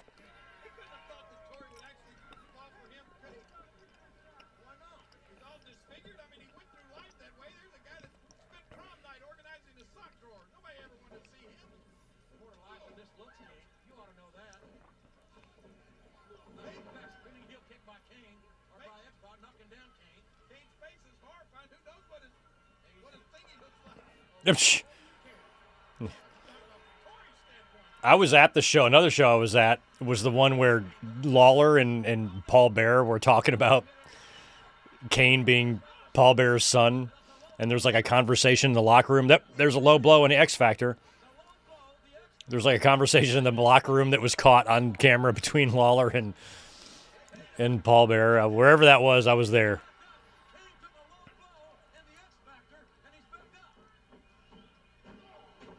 That was in 98.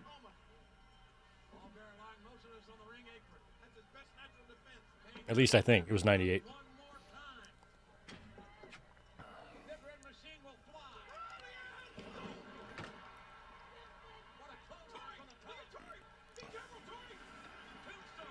Tombstoner. Tombstone Tory.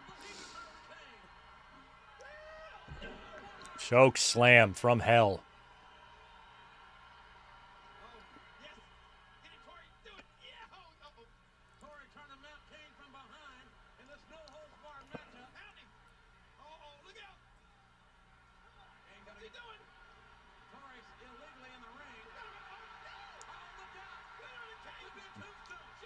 Oh my God, that side boob is busting out. Oh! I feel like she might have came out of her little top there. She's pulling it up.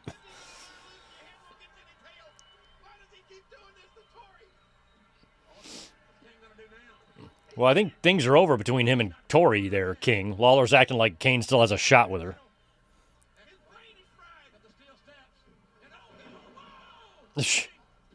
Oh, please. No.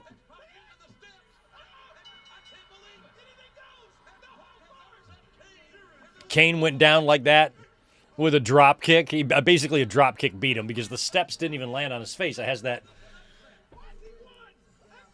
Kane beats, or X-Pac beats Kane. I mean, pretty much clean.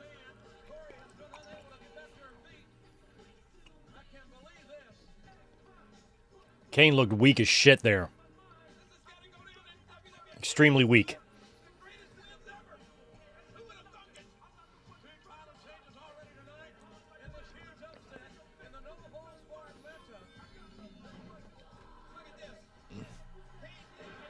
Yeah, May 11th or May 4th, 1998. Or May 11th, one of those. Or March. Whatever one of those dates were, I was there. I don't remember the city, but it was probably Charlotte or I don't think it was Greensboro. Oh, it must have been Virginia. Must have been Virginia because the end of April had a bunch of shows in Greensboro Coliseum and whatnot for Unforgiven. So it was either Richmond or It was Richmond. I bet it was Richmond. I bet it was Richmond.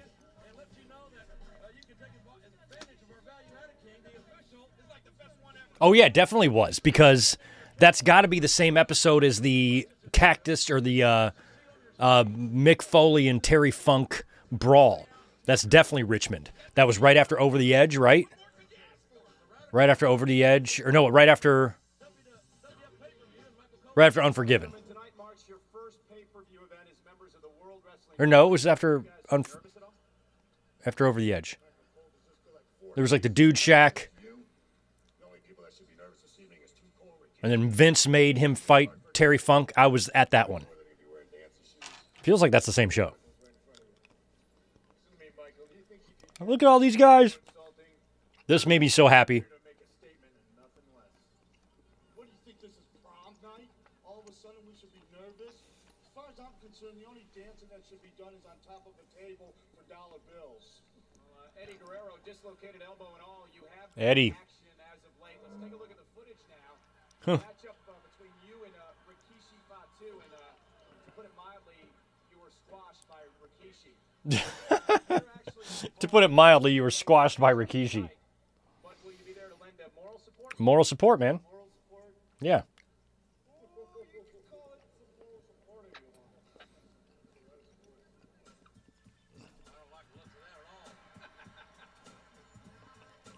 All right, too cool.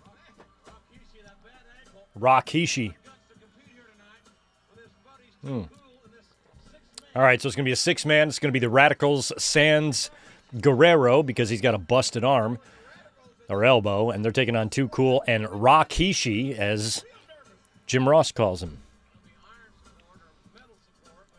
Yeah, Over the Edge. Unforgiven in 98 was in April. Over the Edge was in May, but I must have been... They must have been all the way back over here. All I know is I was at that show where Paul Bear and Jerry Lawler had that conversation, because I remember, because it was hard to hear him. I need to look up the venue. Pretty sure that was Richmond. That was Baltimore.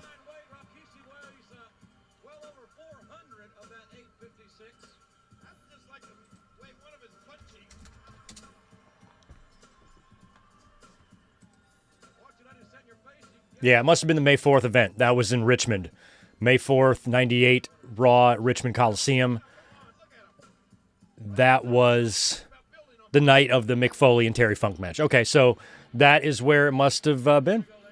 Boy, I went to So just 2 weeks after Unforgiven, after that group of 4 shows I went to, I went back to Richmond for another show on the 11th of May. Holy crap. I was busy. I'm briefly on camera during that Foley Funk match. It's hard to see me, though. They brawled right past me. Look at these Radicals, man. This, as a wrestling fan at this time who was about as dialed into the product as you can be, or dialed into the industry, I guess, as you could be, this was a very happy sight to see these guys in the WWE, where I knew that any sort of handcuffs they had in WCW they would not have here. And Eddie and Chris were going to be the standouts in that group. And they were.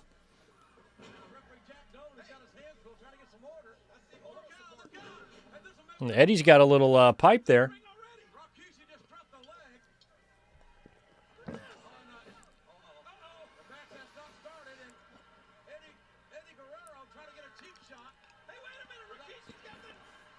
Boom.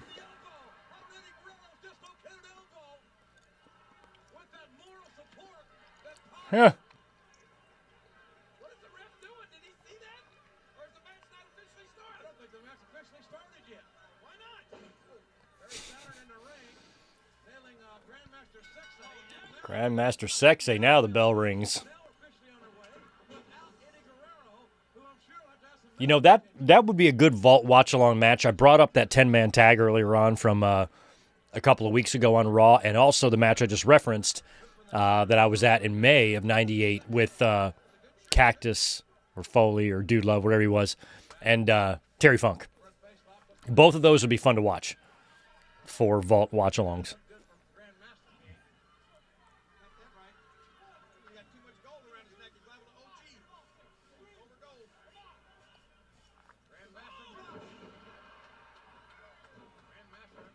Yo, happy birthday, Ricky Salvador. Birthday falling on a watch along. He almost lost his do-rag.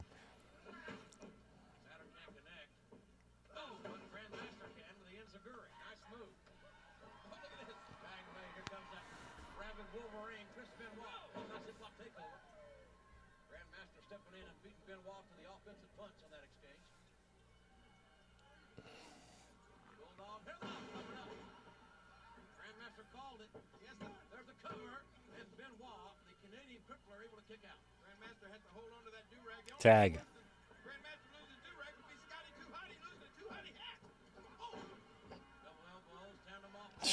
Benoit's leaving WCW to come wrestle these yahoos. He's going to get wormed by Scotty Too Hotty.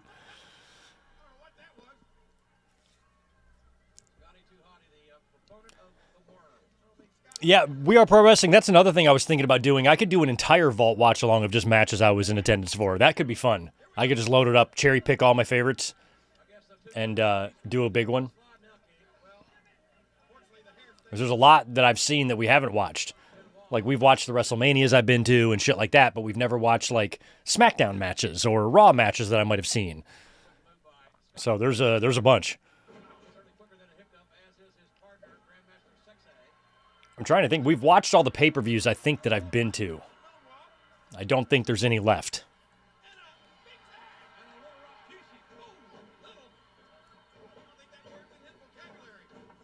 Little.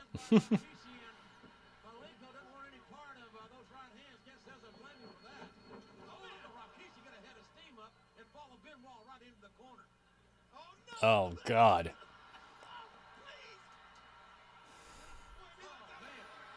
Fucking Benoit. He's like, I got to go to this company and get stink-faced. He's been in the company, what, a handful of days, and he's already getting stink-faced? Oh, I'd be so pissed.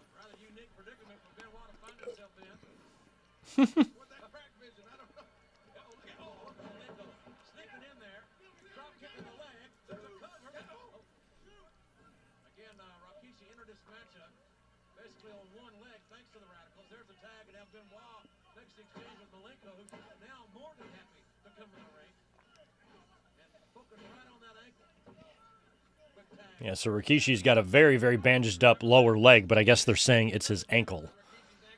Looks like it's a calf injury.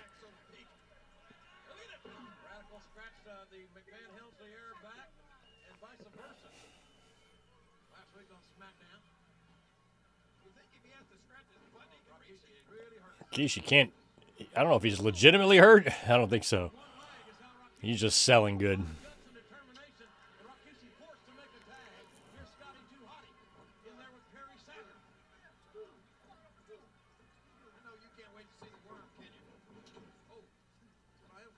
There's the worm. Oh, Dean takes a fuck your worm. Dean took him right out. I love it.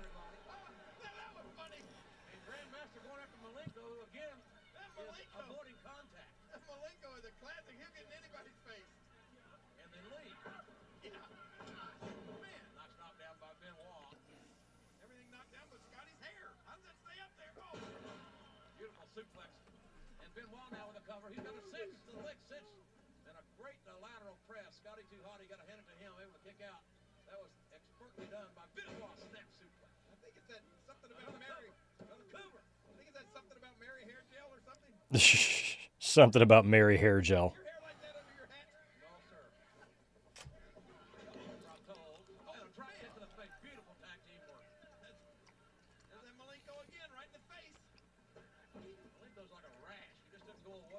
Huh.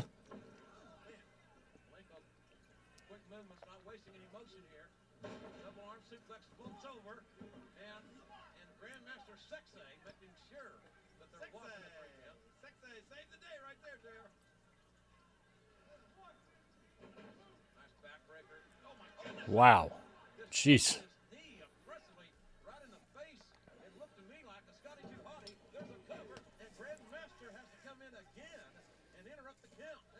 Radicals have had this match won like 3 times. Come on.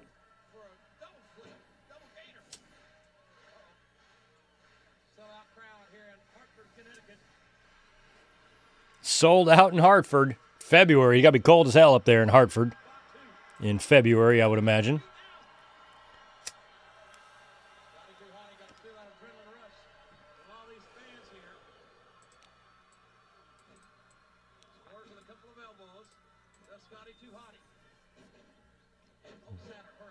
Nice runner.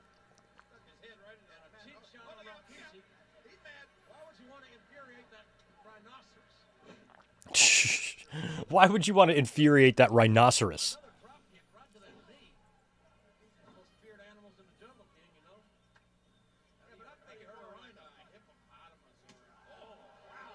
Jesus, there's Benoit. God, it's so great to see him in the WWE. I was so happy when he got there. I had wanted Benoit in the WWE since 5 years earlier when he worked some dark matches and worked some house shows, trying to decide who he was going to sign with. And then I remember tuning into WCW one Saturday night or whatever, and there's a video of him pulling up to the WCW offices in a limo and basically announcing that that's where he's going. But I'm like, motherfucker, I was really hoping he was going to go to WWE. He worked a live event or two, I think against Bob Holly. I think $1 Million Man kind of like backed up Benoit. And so like if he would have came in there and been a part of the $1 Million Corporation, I would have loved that in 95. But he went to where the big boys play with each other.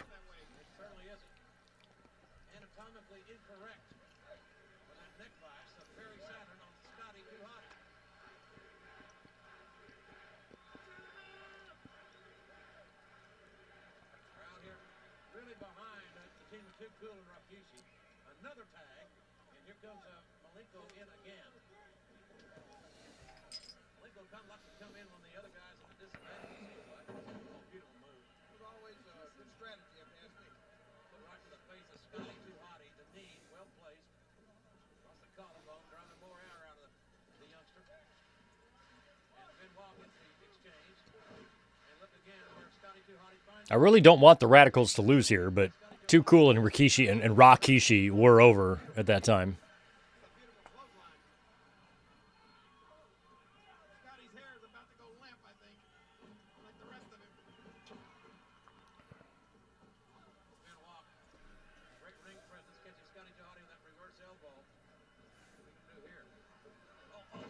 Oh, back headbutt.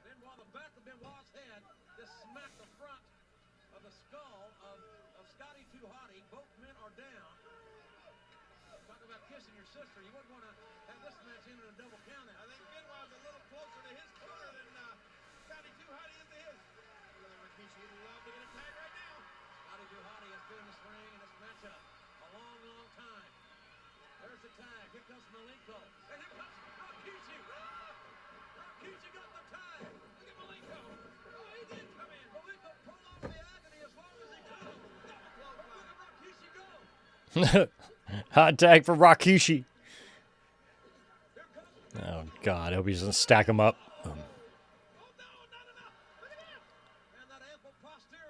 Ample posterior. That's what he's got.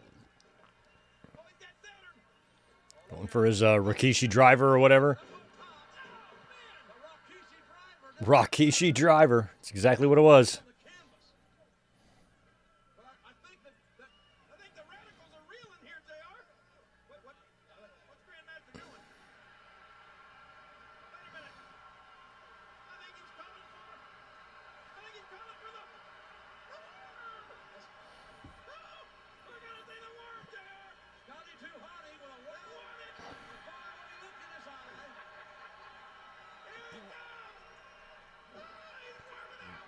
They're not doing the WORM yet.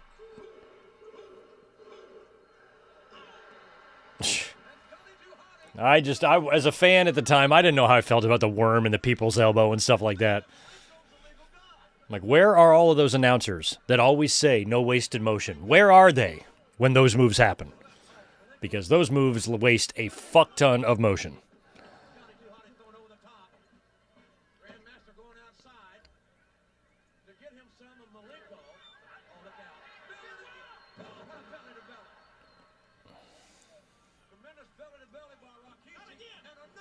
How many of those is it going to take to keep Rikishi down? A normal guy would have already thrown No, Grandmaster up top. Nobody is around there for Saturn. Oh, God. Is he going to come off and leg drop him? Hip-hop drop. Come on, somebody's going to come in from the top. Benoit, yes. All right, Radicals are going to win. Thank God. Oh, no. I thought the ref was going to call for the bell.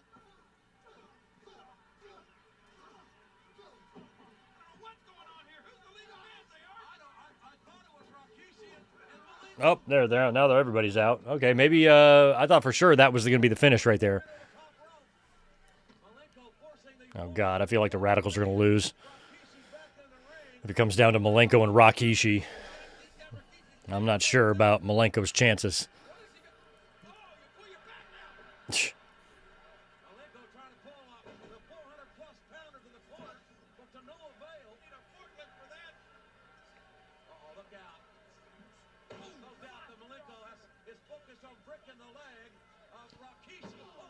Oh. That can't. No, JR, it probably can't feel good. Can't feel great.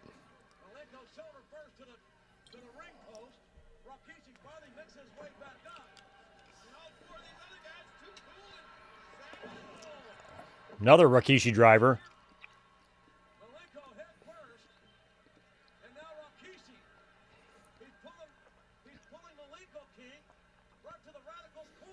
Bonsai drop.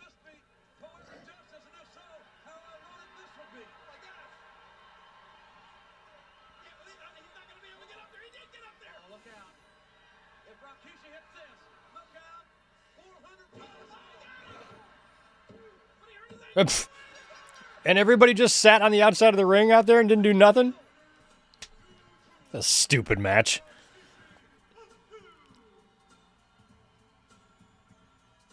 And the Radicals lose. Brian Christopher defeats Chris Benoit. What a world.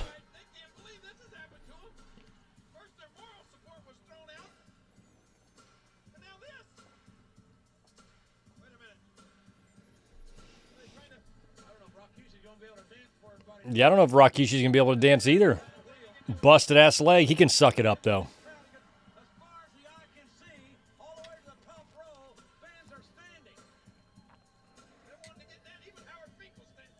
Are we going to get it?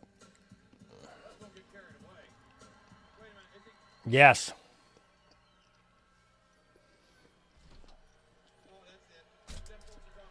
No, come on.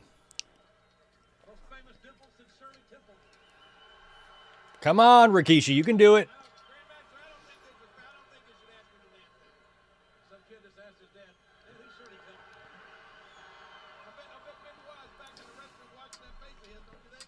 Come on, Rikishi. Oh, yeah, Eddie did leave after he got whacked.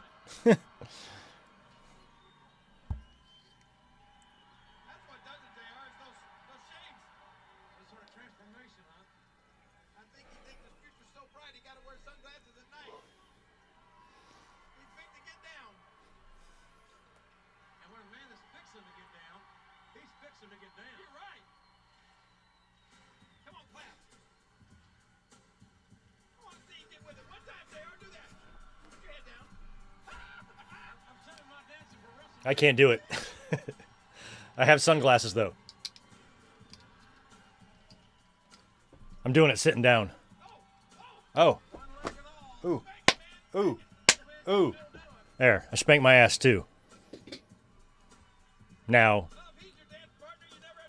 there is a super chat amount that exists out there that would be the price it would cost for me to wear the Rikishi thong. That number does exist. I'm not going to tell you what it is. It's substantial, but it does exist. I mean, we're talking 4 figures here, but it's there.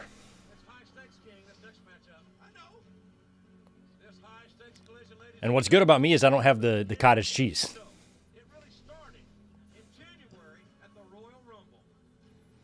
My ass looks like J-Lo's tits. Tremendous. Thing of beauty, really. All right, now it's time for Rock and Big Show.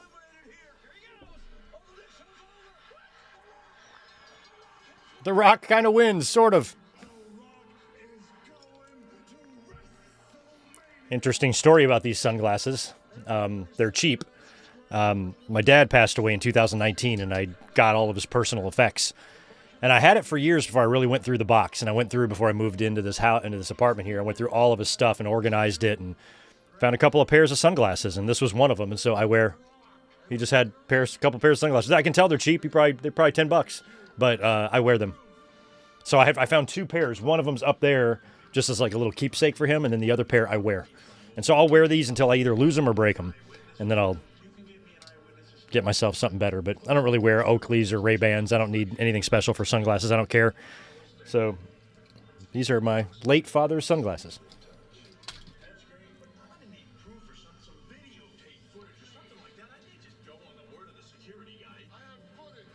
He's got footage right here. You got yourself a deal. You and The Rock, no way out. Big Show, The Rock has some video footage of the one thing you think you do best. So The Rock says, roll the footage.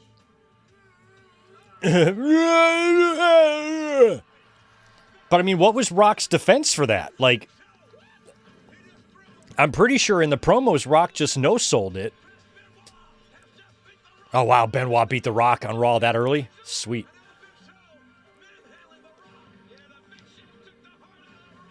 But, like, if, Big Show's like, hey, dickhead, your feet hit the ground first. Rock should have been like, oh, yeah, you're right, jabroni. I'll tell you what, I'll give you a match. But, like, did Rock just, like, deny it or just ignore it or just go like, la, la, la, la, la, la? Just acting like it's the Epstein files. Nope, doesn't exist, never happened. Even though the concrete proof is sitting right there in front of your face. Nope, la, la, la, la, la, la, la, la. They put him in the luggage compartment of the bus. Oh, no, they didn't.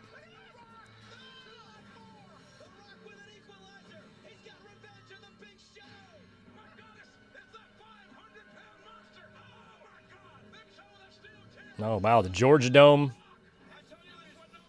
I love that WWE was coming down there running the Georgia Dome, like pulling more people than WCW was. That was hilarious to me. When WWE really started getting hot and they started overtaking WCW, they were going into their own towns and just selling out. It was pretty funny. There was a Raw in Atlanta in 2000. It was going to be a bigger crowd than Nitro. By a lot. Well, it's the Big Show. All right, Big Show's making his entrance. I'll be back in 2 seconds.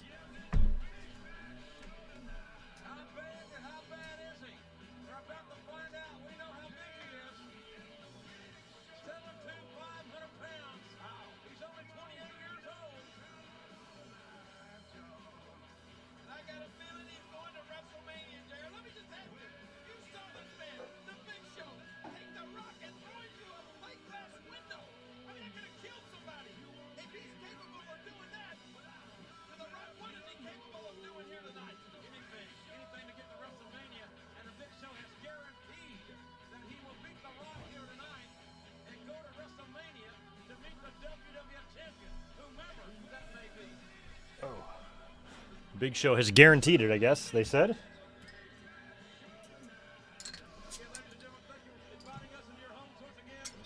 No problem, Jim Ross. It's a pleasure to have you in my home.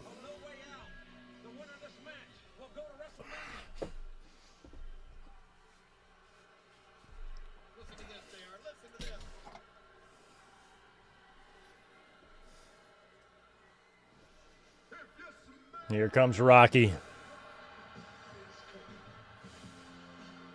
There's a sign that says, "Shut up, juice." I'll pour you a nice glass of shut up juice. Oh, The Rock. Super over.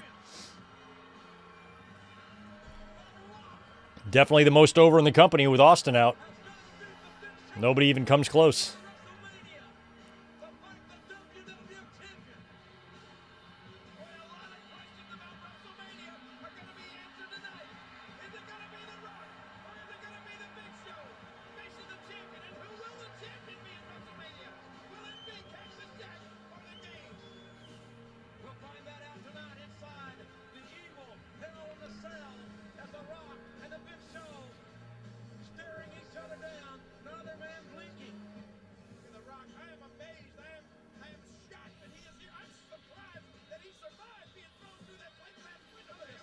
You know what? I just realized this timer on Netflix is a little bit different. It shows the time remaining. It doesn't show the exact second that we're at, but I'm sure we're right on point. Looks fine to me.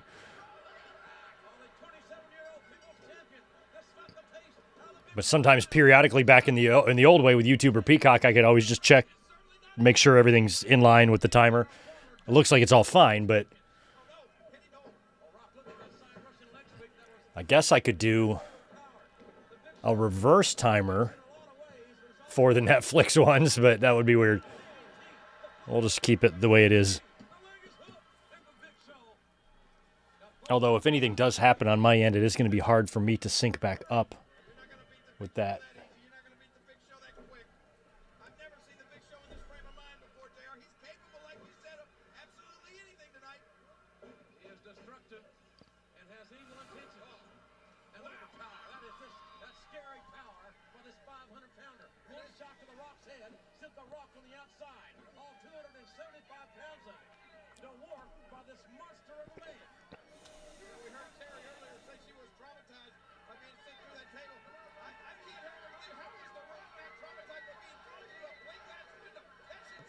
Rock my butt. Look at that big ass sign. These signs are so great back then, man.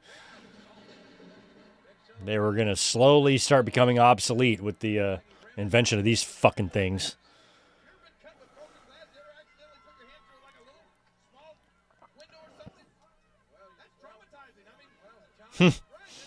Thanks for the 5, Garrett. I believe his exact quote when confronted with the video evidence was, "It doesn't matter if the Rock's feet touch first." I guess not.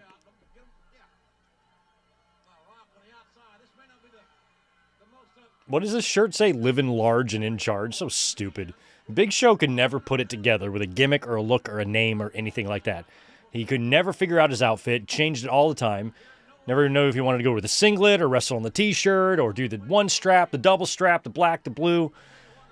You know, it's not like he was changing it up, keeping fresh. I don't think he could ever truly figure out what his look was.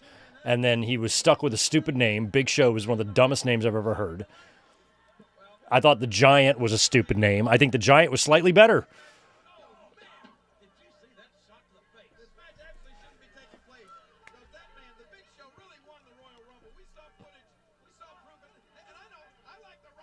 He struggled to find his footing in any aspect in wrestling. I still think Big Show is a Hall of Famer. I like Paul White, but whether it be, you know, in the ring, his size, you know, would fluctuate. Remember, they sent him off to lose weight right after this, and he would come back at the Royal Rumble the following year bigger. His outfit would change a bunch of times. His hair would change. Long hair, short hair, bald, buzzed. His personality changed. Sometimes he was funny. Sometimes he was an emotional guy.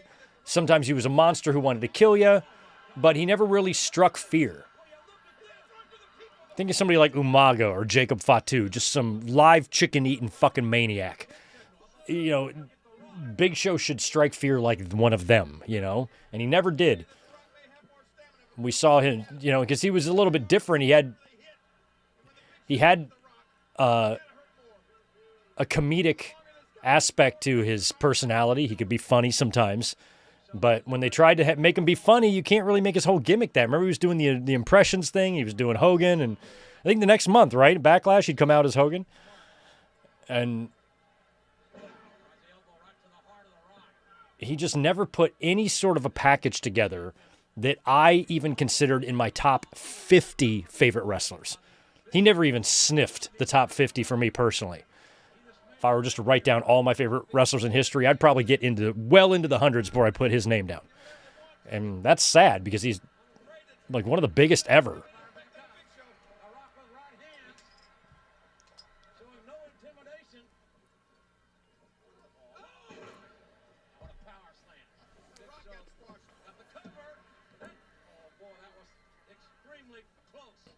And that's pretty sad considering that he's the real, legitimate, biological son of Andre the Giant. As we all know, that's 100% true.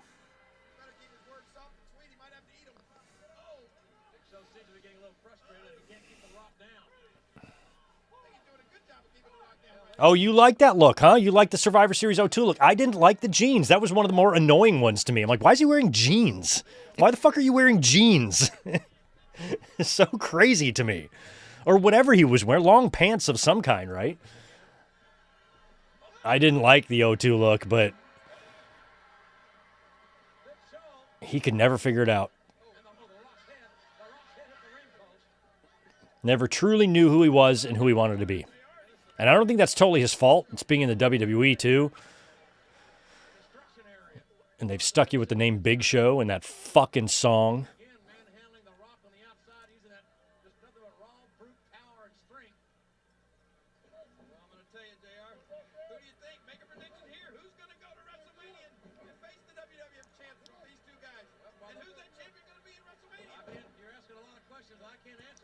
I always thought, you know how we had Big Sexy? I always thought he should have been Big Nasty. I thought that was a cool name.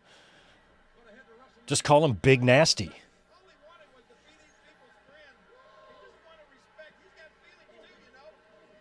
Oh, he drooled a lot too. Big Show, it's another one of his problems. A lot of drool. Gallons of drool would come out of the jowls of fucking Big Show. A lot of snot, a lot of boogers, too. Hacksaw Jim Duggan was like that, too. A lot of boogers.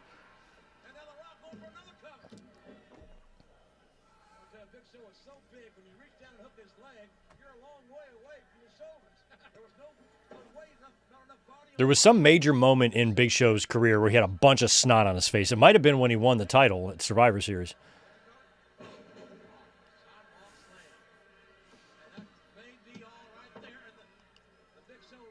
Did Big Show have any late title victories at Survivor Series in like the late 2000s? Because he won in 99 and 2002. He won the title twice at Survivor Series. Is there another one stuck in there somewhere?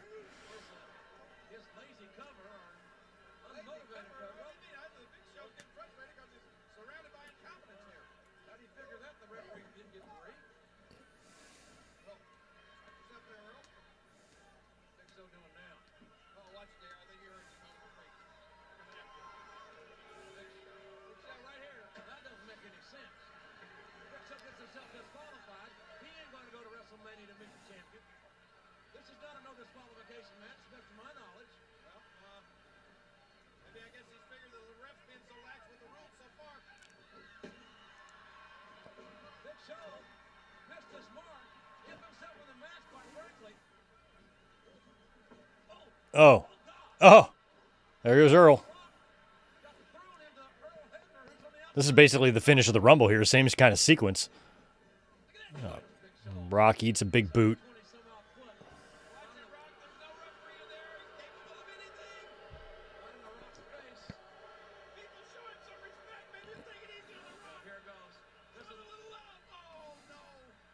Oh, no.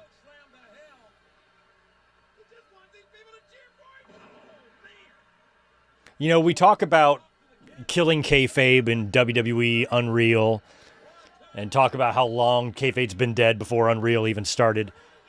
Oh, there's Timmy White, but Earl and Timmy are already not getting along from the first match. I love it.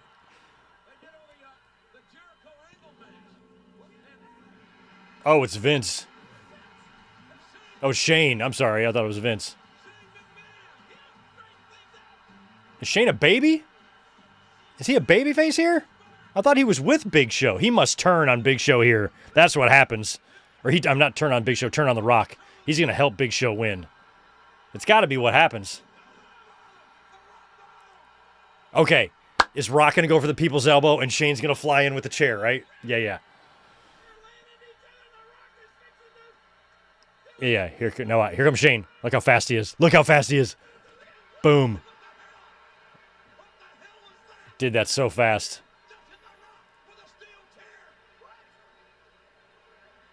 Now he's telling Tim White to go in there and count. And Big Show's going to WrestleMania.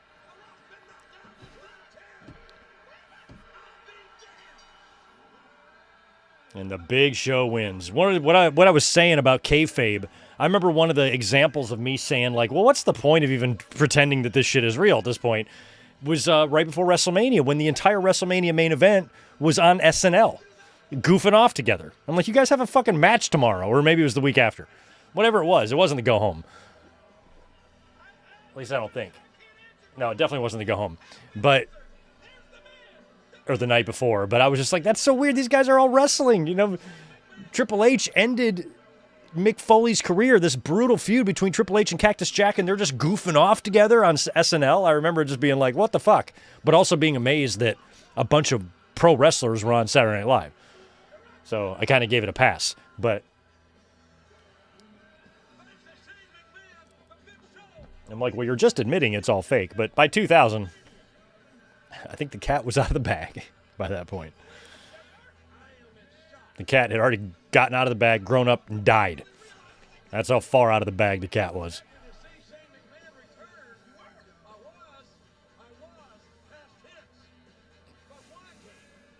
Jim Ross, I am digging your white WWF collared shirt. They used to sell those on the website.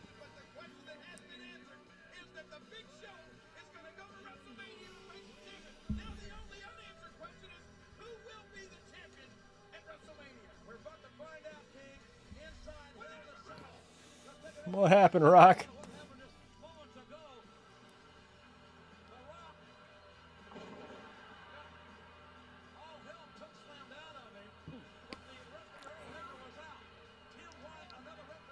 Up in the top level, at the top of one of the stairs, there's a giant face.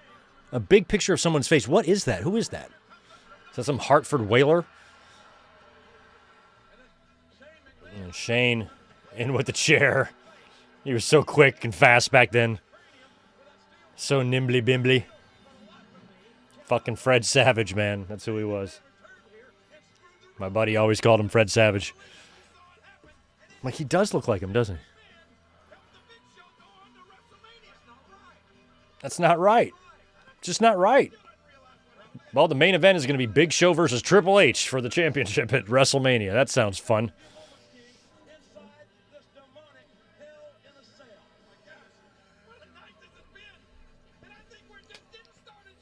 Stephanie with that sideways finger point always cracked us up.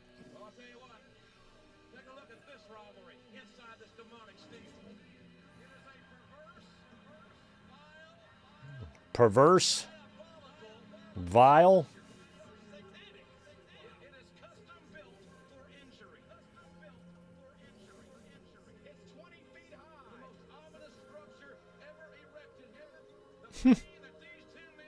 Ever erected.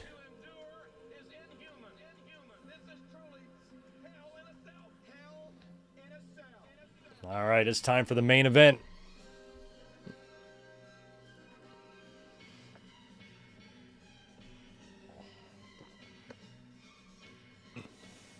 Yeah, I think that Hell in the Cell '98 drastically shortened Mick Foley's career.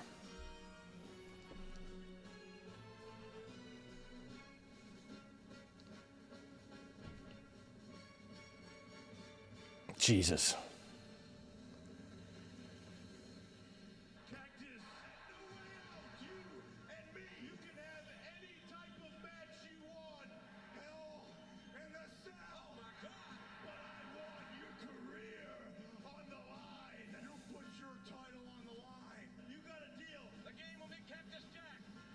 I mean, Triple H, though, you know, he beat Cactus Jack. I mean, he beat him in that fight. That was a straight-up street fight. Stephanie wasn't around. If anything, Cactus Jack had help because The Rock came out and blasted Triple H in the face with a chair at one point, and he still came back and outlasted Cactus Jack, pedigreed him face first onto about 1,000 thumbtacks. And that was the night Triple H made a believer out of me, and I'm surprised they even needed to do this match. But I was so in denial that this was actually the end of Cactus's wrestling career, at least so we thought at the time, that I just kept predicting him to win these matches. I just thought he would win the title. I just expected him to win the title. He'd already been the champion 3 times, so it's not like it would have been weird for him to win or anything. I'm like, Cactus Jack is going to be WWE champion. That's awesome. Never thought I would see that day. I was convinced. But little did I know the behind-the-scenes thing at the time was Foley was retiring, and then he stuck around to do the Triple H feud because Austin got hurt. But Federation's history. You're going to see things that your eyes are going to see things that you're not going to believe. I guarantee you, when Cactus Jack just look at Angle. he's still celebrating. He's singing. He never even changed out of his gear. Celebrating on his way home. Oh, Jericho and China.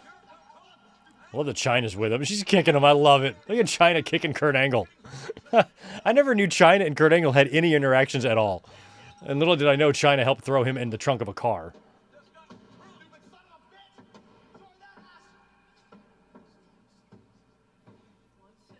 I couldn't allow myself to get locked in a trunk. I'd fucking lose my mind. Full-blown panic attack. Get me the fuck out of here. Here comes Triple H.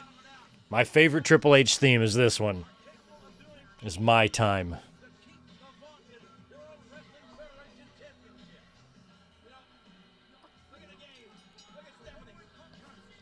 Look at Stephanie. Young Stephanie. How old was me and Stephanie at this time? Let's see. 2000. I was a little bit over 22. I was going to turn 23 later on that year. So I was 22 watching this.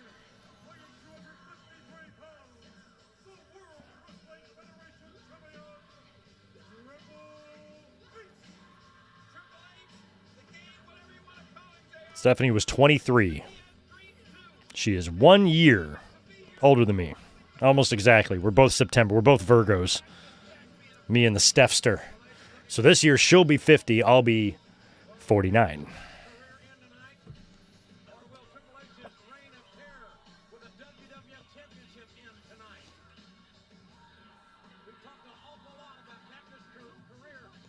Triple H, you can spit some water.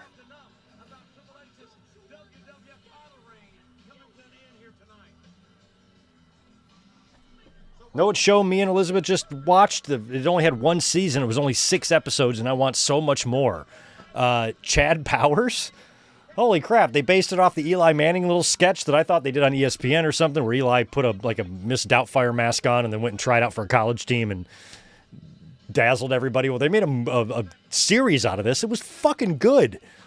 I'm so bummed out. It came out a couple months ago, so there was only 6 episodes in the first season, so it's going to be probably close to a year until the next season comes out, which sucks because I want more now. It was really good. It was really good. Chad Powers. So if you haven't, I think it's a Hulu show, so if you haven't seen Chad Powers, it's great. It's great.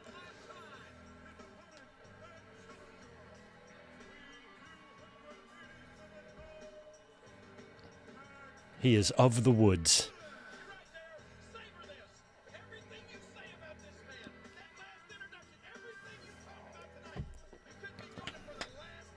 I loved Cactus Jack's theme in WWE. Thought it was a good one. I wouldn't mind it being spiced up and like trebled up a little bit, with a little bit more energy, but like the theme itself, I really dug. I loved it. Like I feel like it could have a little more energy to it.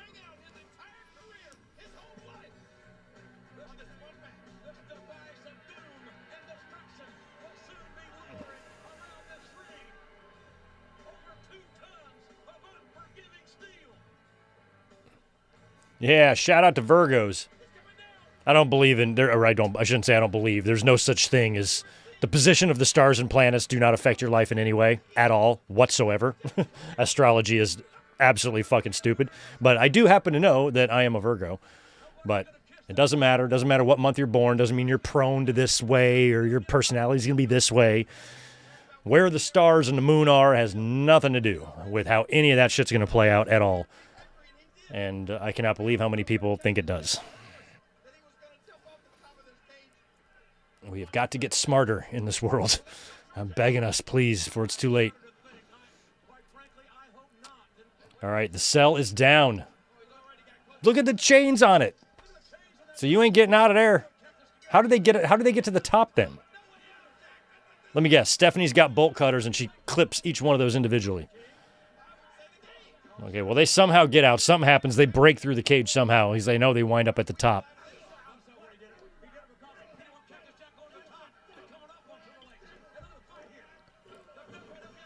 Cactus had solid right hands. Son of a bitch.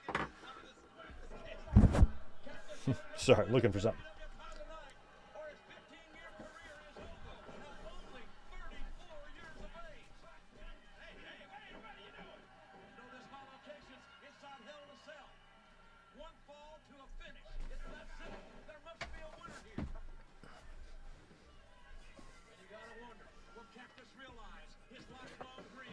Couldn't find my lighter.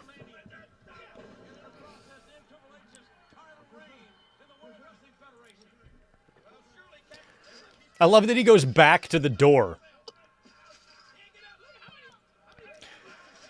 Jesus, did you kind of overdo it there on the cell door security?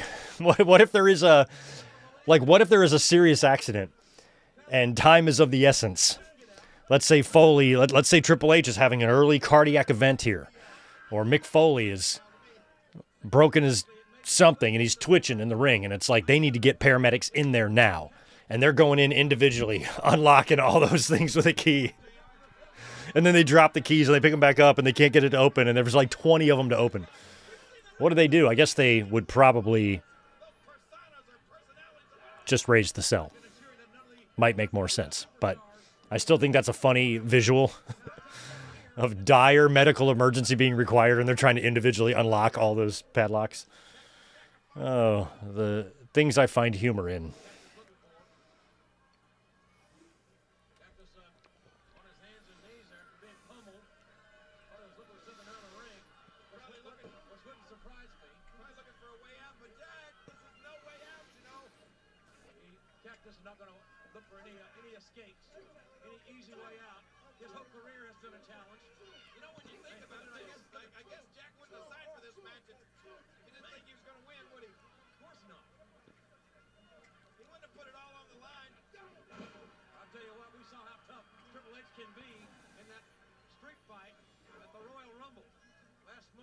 I mean, Mankind's victory 1 year earlier over The Rock in '99 was one of my favorite WWE title changes of all time, but I really wish that Foley could have held the world title as Cactus Jack. One time, at least. I really wish it would have happened here. Like, all you had to do was have Foley beat Triple H at the Rumble for the title in Madison Square Garden. And then you still creatively figure out a way to book that four-way at WrestleMania, only with Foley defending the title. And then have Triple H win it. Just do that. Or maybe it's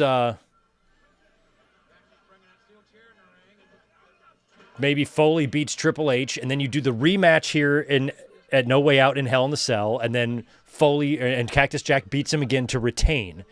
And then Triple H is like, maybe something happens in this match. Triple H had the match won, but Cactus wins.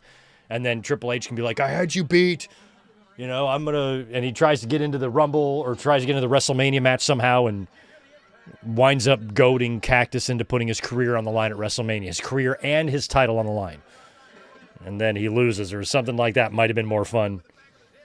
I just wish Cactus would have won the title.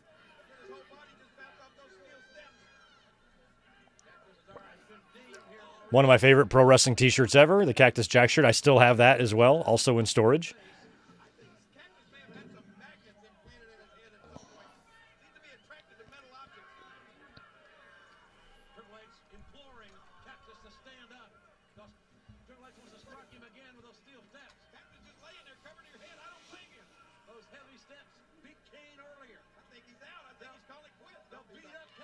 He's out. He's calling it quits. Yeah, that's what he's doing. Oh, my God. Jesus.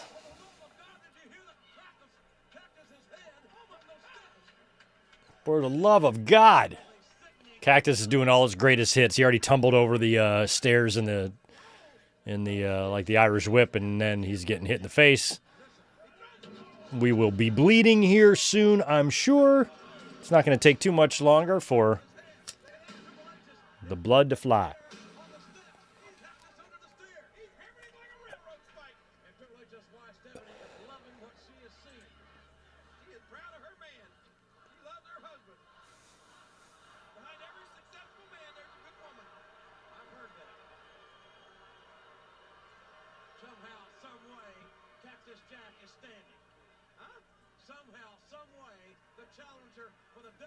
And props to Cactus, too. Like, the weight he lost compared to, like, how Mick Foley, Mankind looked, you know, the middle and end of 1999. It's an amazing job. Oh, God.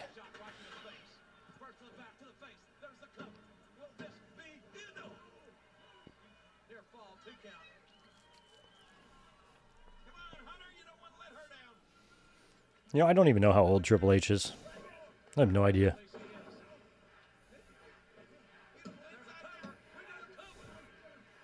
"56. Wow, so he's pretty old. He's significantly older than Stephanie. He's 7 years older than her.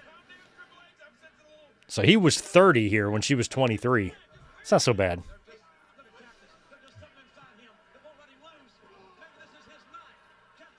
It'd be much weirder if he was 20. Oh!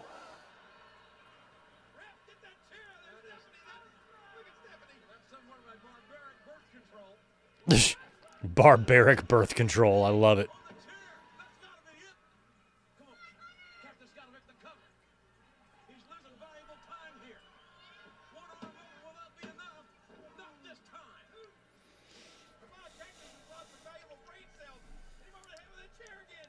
Oh, he and Shane are the same age. Okay. Yeah, Shane's older than I thought.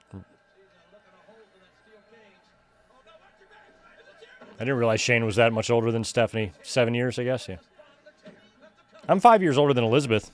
I'm 49. She's 40. She'll be 44 in 2 weeks.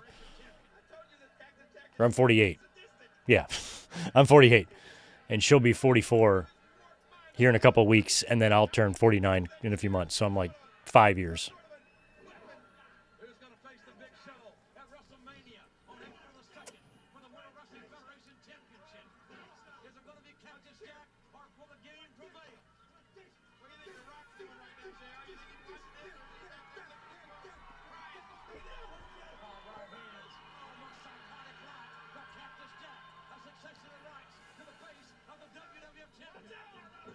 Oh, my God.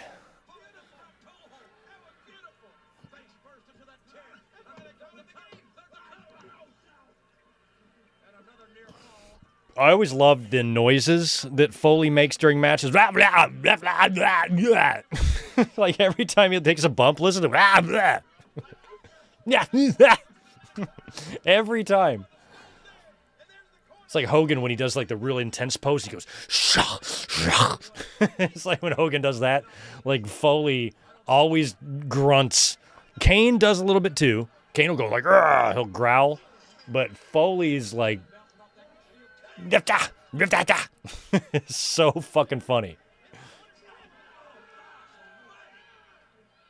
I mean, hitting the mesh with the back of your head isn't that bad. There's a lot of give to that mesh.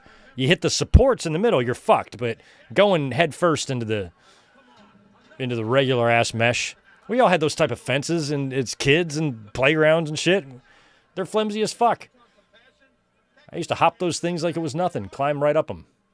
They're flimsy as all hell. You could bend them and shit, you know. They don't hurt if you hit them.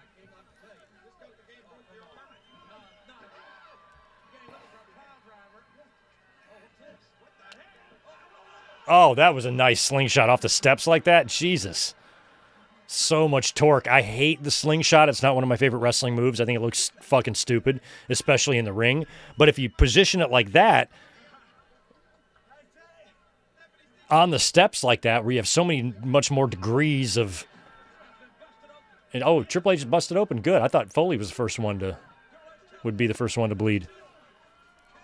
Acha! Acha! Yeah, that's what he's saying. I always loved the noises, the Foley noises. Oh, he's biting him now.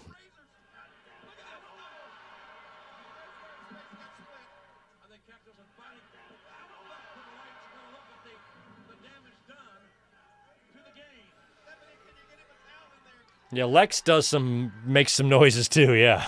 He does. Oh, just raking his eyes. You know who else made a lot of noise was famous jobber Iron Mike Sharp. He would growl during the matches and he would lose.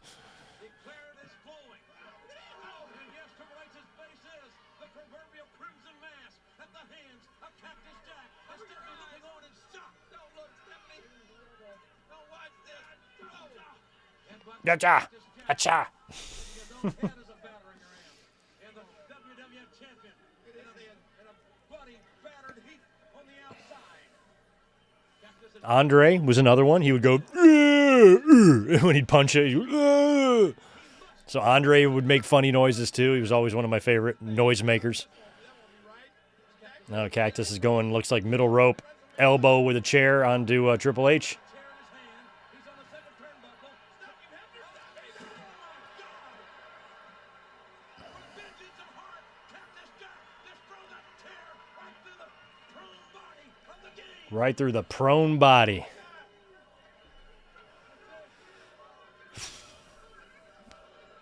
Stephanie's hurt. He's hurt bad. Watch this. Triple H had no way of protecting himself from that bullbuck. Rock and Austin 2 at WrestleMania X7 could have been the first 3 stages of Hell match. Yeah, maybe, but they didn't. There's the cage broke. There wasn't enough heat. They were cool. They were both baby faces. They were doing sit-down interviews next to each other. I think you have to hate each other for that match.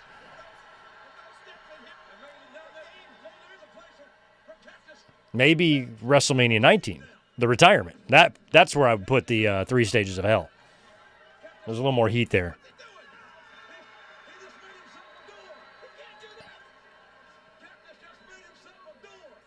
A door. Oh, guys, what? I thought he said a goal. A door.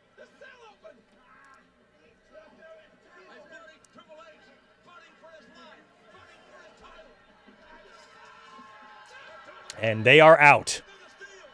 They are out. Shout out to the Berserker. Good old John Nord. He follows me. I got a chance to spend some time with him a couple WrestleManias ago. He was the nicest one I had met. He was so interested to learn about me and Elizabeth and all that stuff. Such a nice dude. But yeah, he would do the huss, huss, but I don't think Nord wouldn't make too many noises when he was in the ring. Oh, pile driver. Unless he was doing the huss, huss in between beating people up. God, look at Foley's arm. Look at his arm. Oh, that's so gnarly.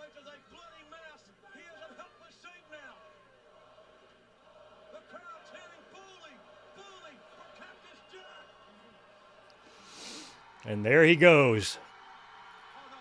Yep.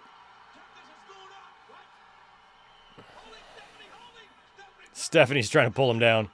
They've got the footholes in there now. You can kind of see some of them.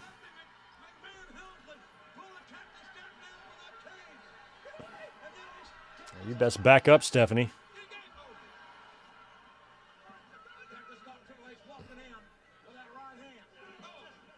God, all that blood on Foley's arm is crazy. Is that his or is that Triple H's blood? Well, Mark Eaton always getting abused. I love that they just always use the same unpainted table. Oh, there we go. There's Barbie. I think I have a YouTube short that shows how they switched these out at the Royal Rumble the previous month.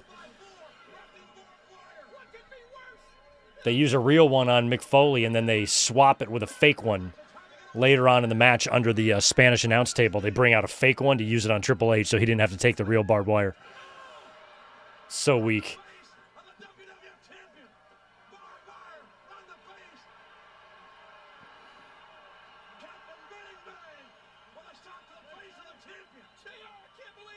I imagine that loop is on there so he can carry it up the... Yeah, he's putting it on his arm so he can carry it up there.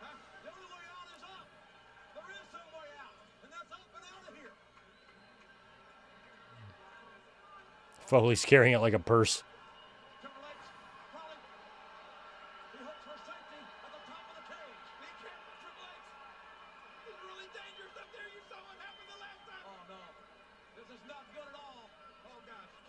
Oh, he just threw it right to Triple H. And Triple H pushed it away. Why didn't you use it and just use it to smash Foley in the face right here and end it? Oh, is he going to go down? No. Oh! Oh, that's so crazy. Is he going to fall all the way down? Is he going to take a bump here and then take another one after that? Yep, he is. He's going to take a bump. I was like, I feel like he's going to take a bump right here before going back up there.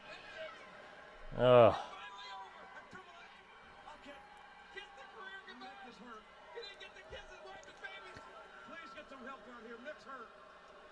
Mick is hurt. Mick is hurt. Somebody please come help him. Enough's enough. There's the winner. Look at this. Ugh. That was rough. And he's got to still have enough energy to climb back up there. He did it in 98. He can do it here, but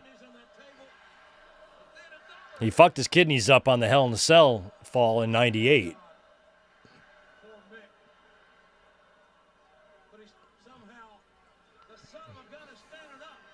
Because you need your kidneys. They process your pee and shit and stuff. Not your shit. Oh.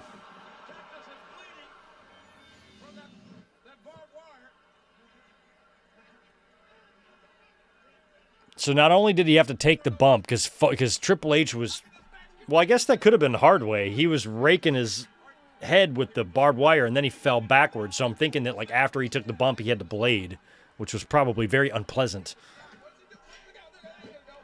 Oh, my God, he's trying to throw. You're going to hit fans, bro.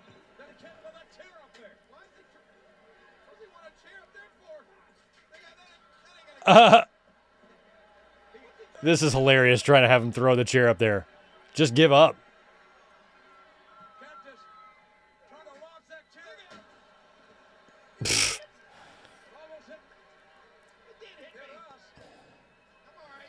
All right, Cactus is giving up on bringing the chair with him.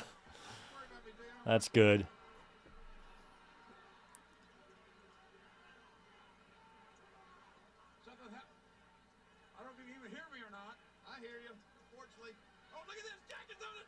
Oh, my God, this is how you end him. Oh, Jesus, that's real barbed wire, too. Ouch. So I think the idea here was probably to have Foley have a weapon, too, and then probably battle with the barbed wire 2x4 in the chair. I'm assuming that black bag contains the fire lighting material. Oh, my God.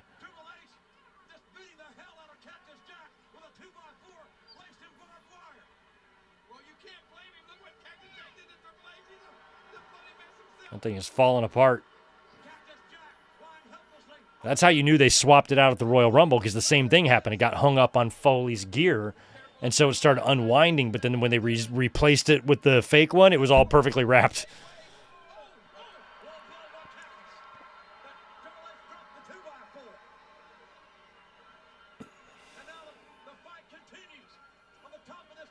Yeah, they made sure the camera didn't catch too many of those missed chair throws.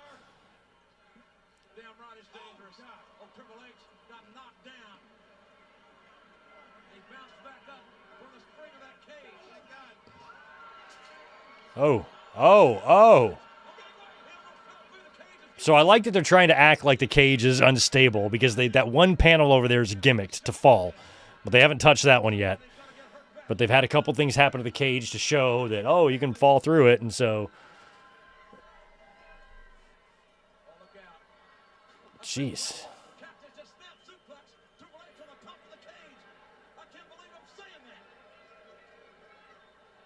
I can't believe I'm saying that. The individual square panels, I feel like, look like there's a few more up there than there were in 98. They've strengthened the cage a little, but it's still, maybe not. It might still be the original cell.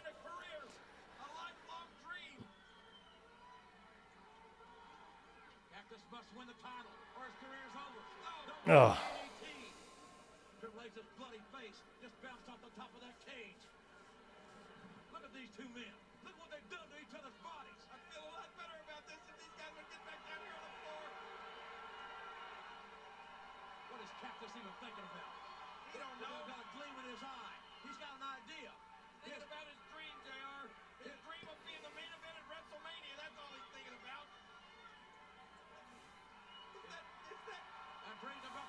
Uh-oh.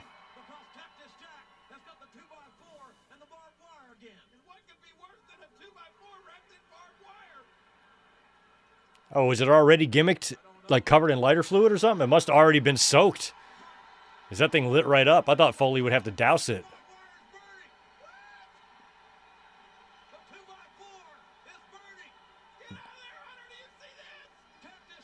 Oh, or is there something wrapped around under there or something? I don't know what the hell. That thing's getting hot, too. Oh, that's so weak, man. He barely fucking touched him. Yeah, that thing's going to get hot now if you actually get hit with it.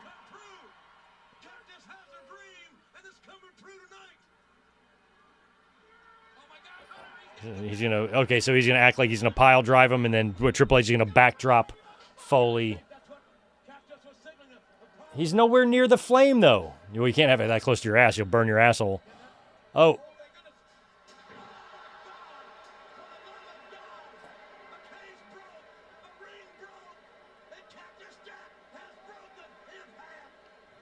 Pretty good. He landed right where he's supposed to. So I'm curious what goes on. Like, once they get up to the top of the cage, are production dudes under there removing boards from the ring and gimmicking it from underneath? Because they were wrestling all in the ring earlier.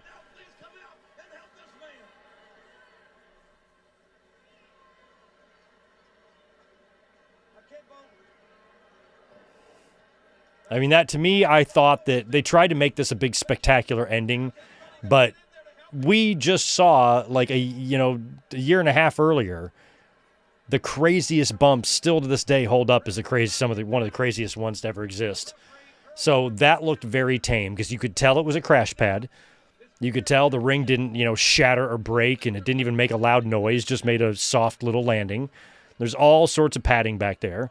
That was an easier bump than any of the three that he took in 1998. Which I wasn't complaining about because we want Mick Foley to be safe. But I don't think it really came off as spectacular as WWE was hoping. They felt like they had to do something because of what happened in 98. They need a big thing.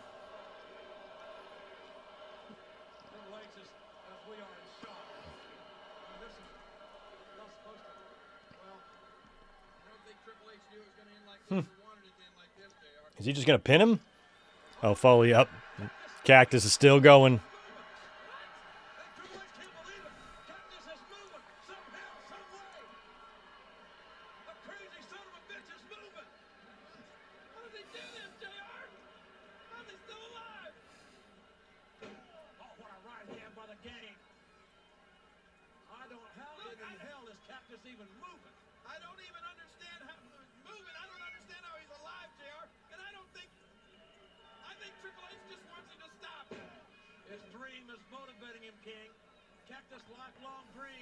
Is he going to mount like a little flurry here before Triple H puts him down, or is it just going to be pedigree and that's it? Pedigree. Is that it?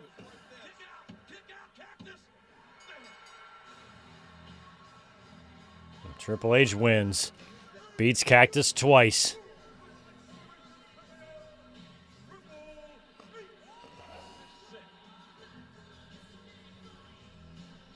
I mean, that's two straight-up fights that Triple H just flat-out beat Cactus Jack in.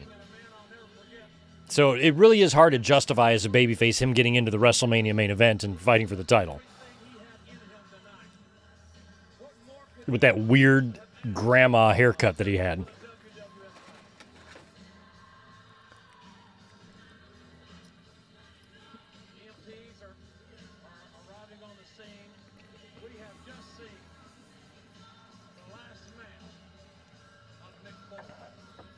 I do remember at the time the chatter being that something's up, this probably isn't it.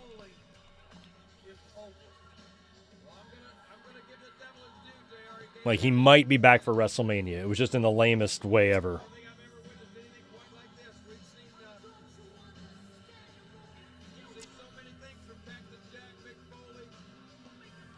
6-3 for Triple H in Hell in the Cell matches. I did not know.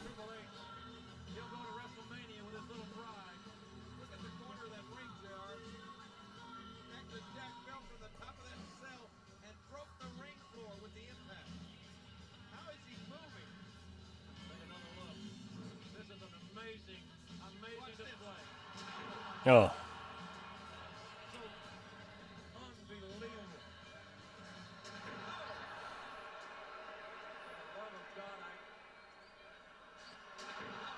I mean, it looked very safe. It looked very safe.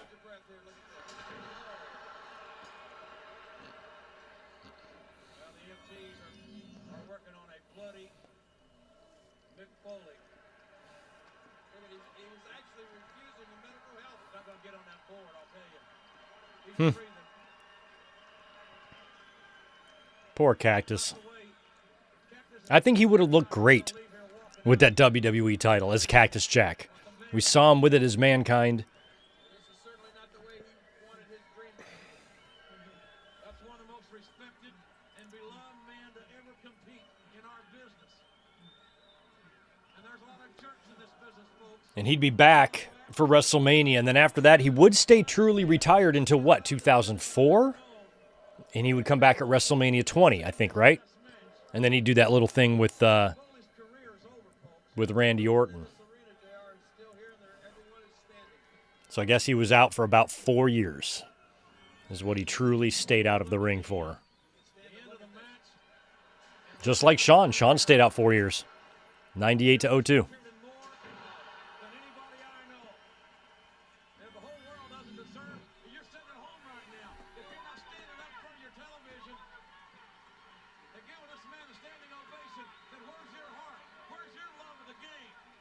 Where's your love of the game?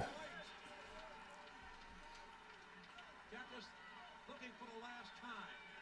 The final farewells to all his fans. Thanks to the game, Mick Foley's career is over. Well, these people have loved Mick Foley for 15 years, but I hope you can hear what we're hearing. Hope you can see what we're seeing. Yeah, Cactus should have won the title. Standing ovation for Or win it at the Rumble and drop it here. Something good, just quick. I mean, they were all about that the previous year. He had like 3 runs that each lasted about 5 minutes. Goodbye, Cactus. Thanks for the great memories, buddy. You're going to be missed, Cactus. If you tally up Mick Foley's 3, Godspeed, Mick. If you tally up Mick Foley's 3 world championships and how many days he spent as world champion with all 3 combined, it's probably less than a month. Right, 2 weeks, 3 weeks, something like that. It's crazy. Crazy low amount of time. But anyway, we're done with No Way Out 2000. That was fun. Glad we finally got a chance to watch this one because that was a solid-ass card, man. The talent there was very even without Austin, that was a very WWE 2000 crowd. So that was a lot of fun. I want to thank you guys for hanging out tonight, as usual. And I think there's a pretty good chance you're going to see me tomorrow. I need to probably plan a Raw review because I'm hoping we get some ideas of what's happening for WrestleMania, and I'm hoping that we get the Roman Reigns and CM Punk match that I'm hoping for. I said I either want Punk and Roman or Punk and Cody, and right now Punk and Roman is looking more likely with maybe Cody going into a triple threat with McIntyre and maybe Jacob Fatu, although they could also do Cody, McIntyre, Roman as well. But I'm hoping it's Cody, Drew, and Fatu, and it's Punk and Roman. And we might get some of that set up tomorrow night on Raw. So as of right now, I'm going to plan to be up here for a Raw review because on Tuesday, Elizabeth has her knee surgery. So I'll kind of be busy all week with that. So I don't want to wait, a whole week before I see you guys. So we'll probably come up here tomorrow night after Raw. So keep a lookout for the link. I'll post it tomorrow.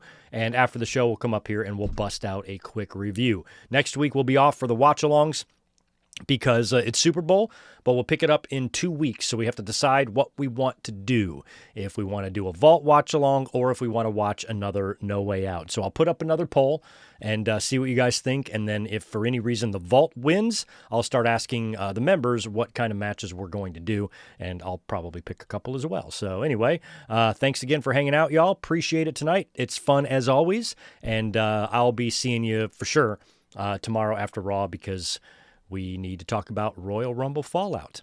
Y'all have a good night. See you tomorrow. Peace.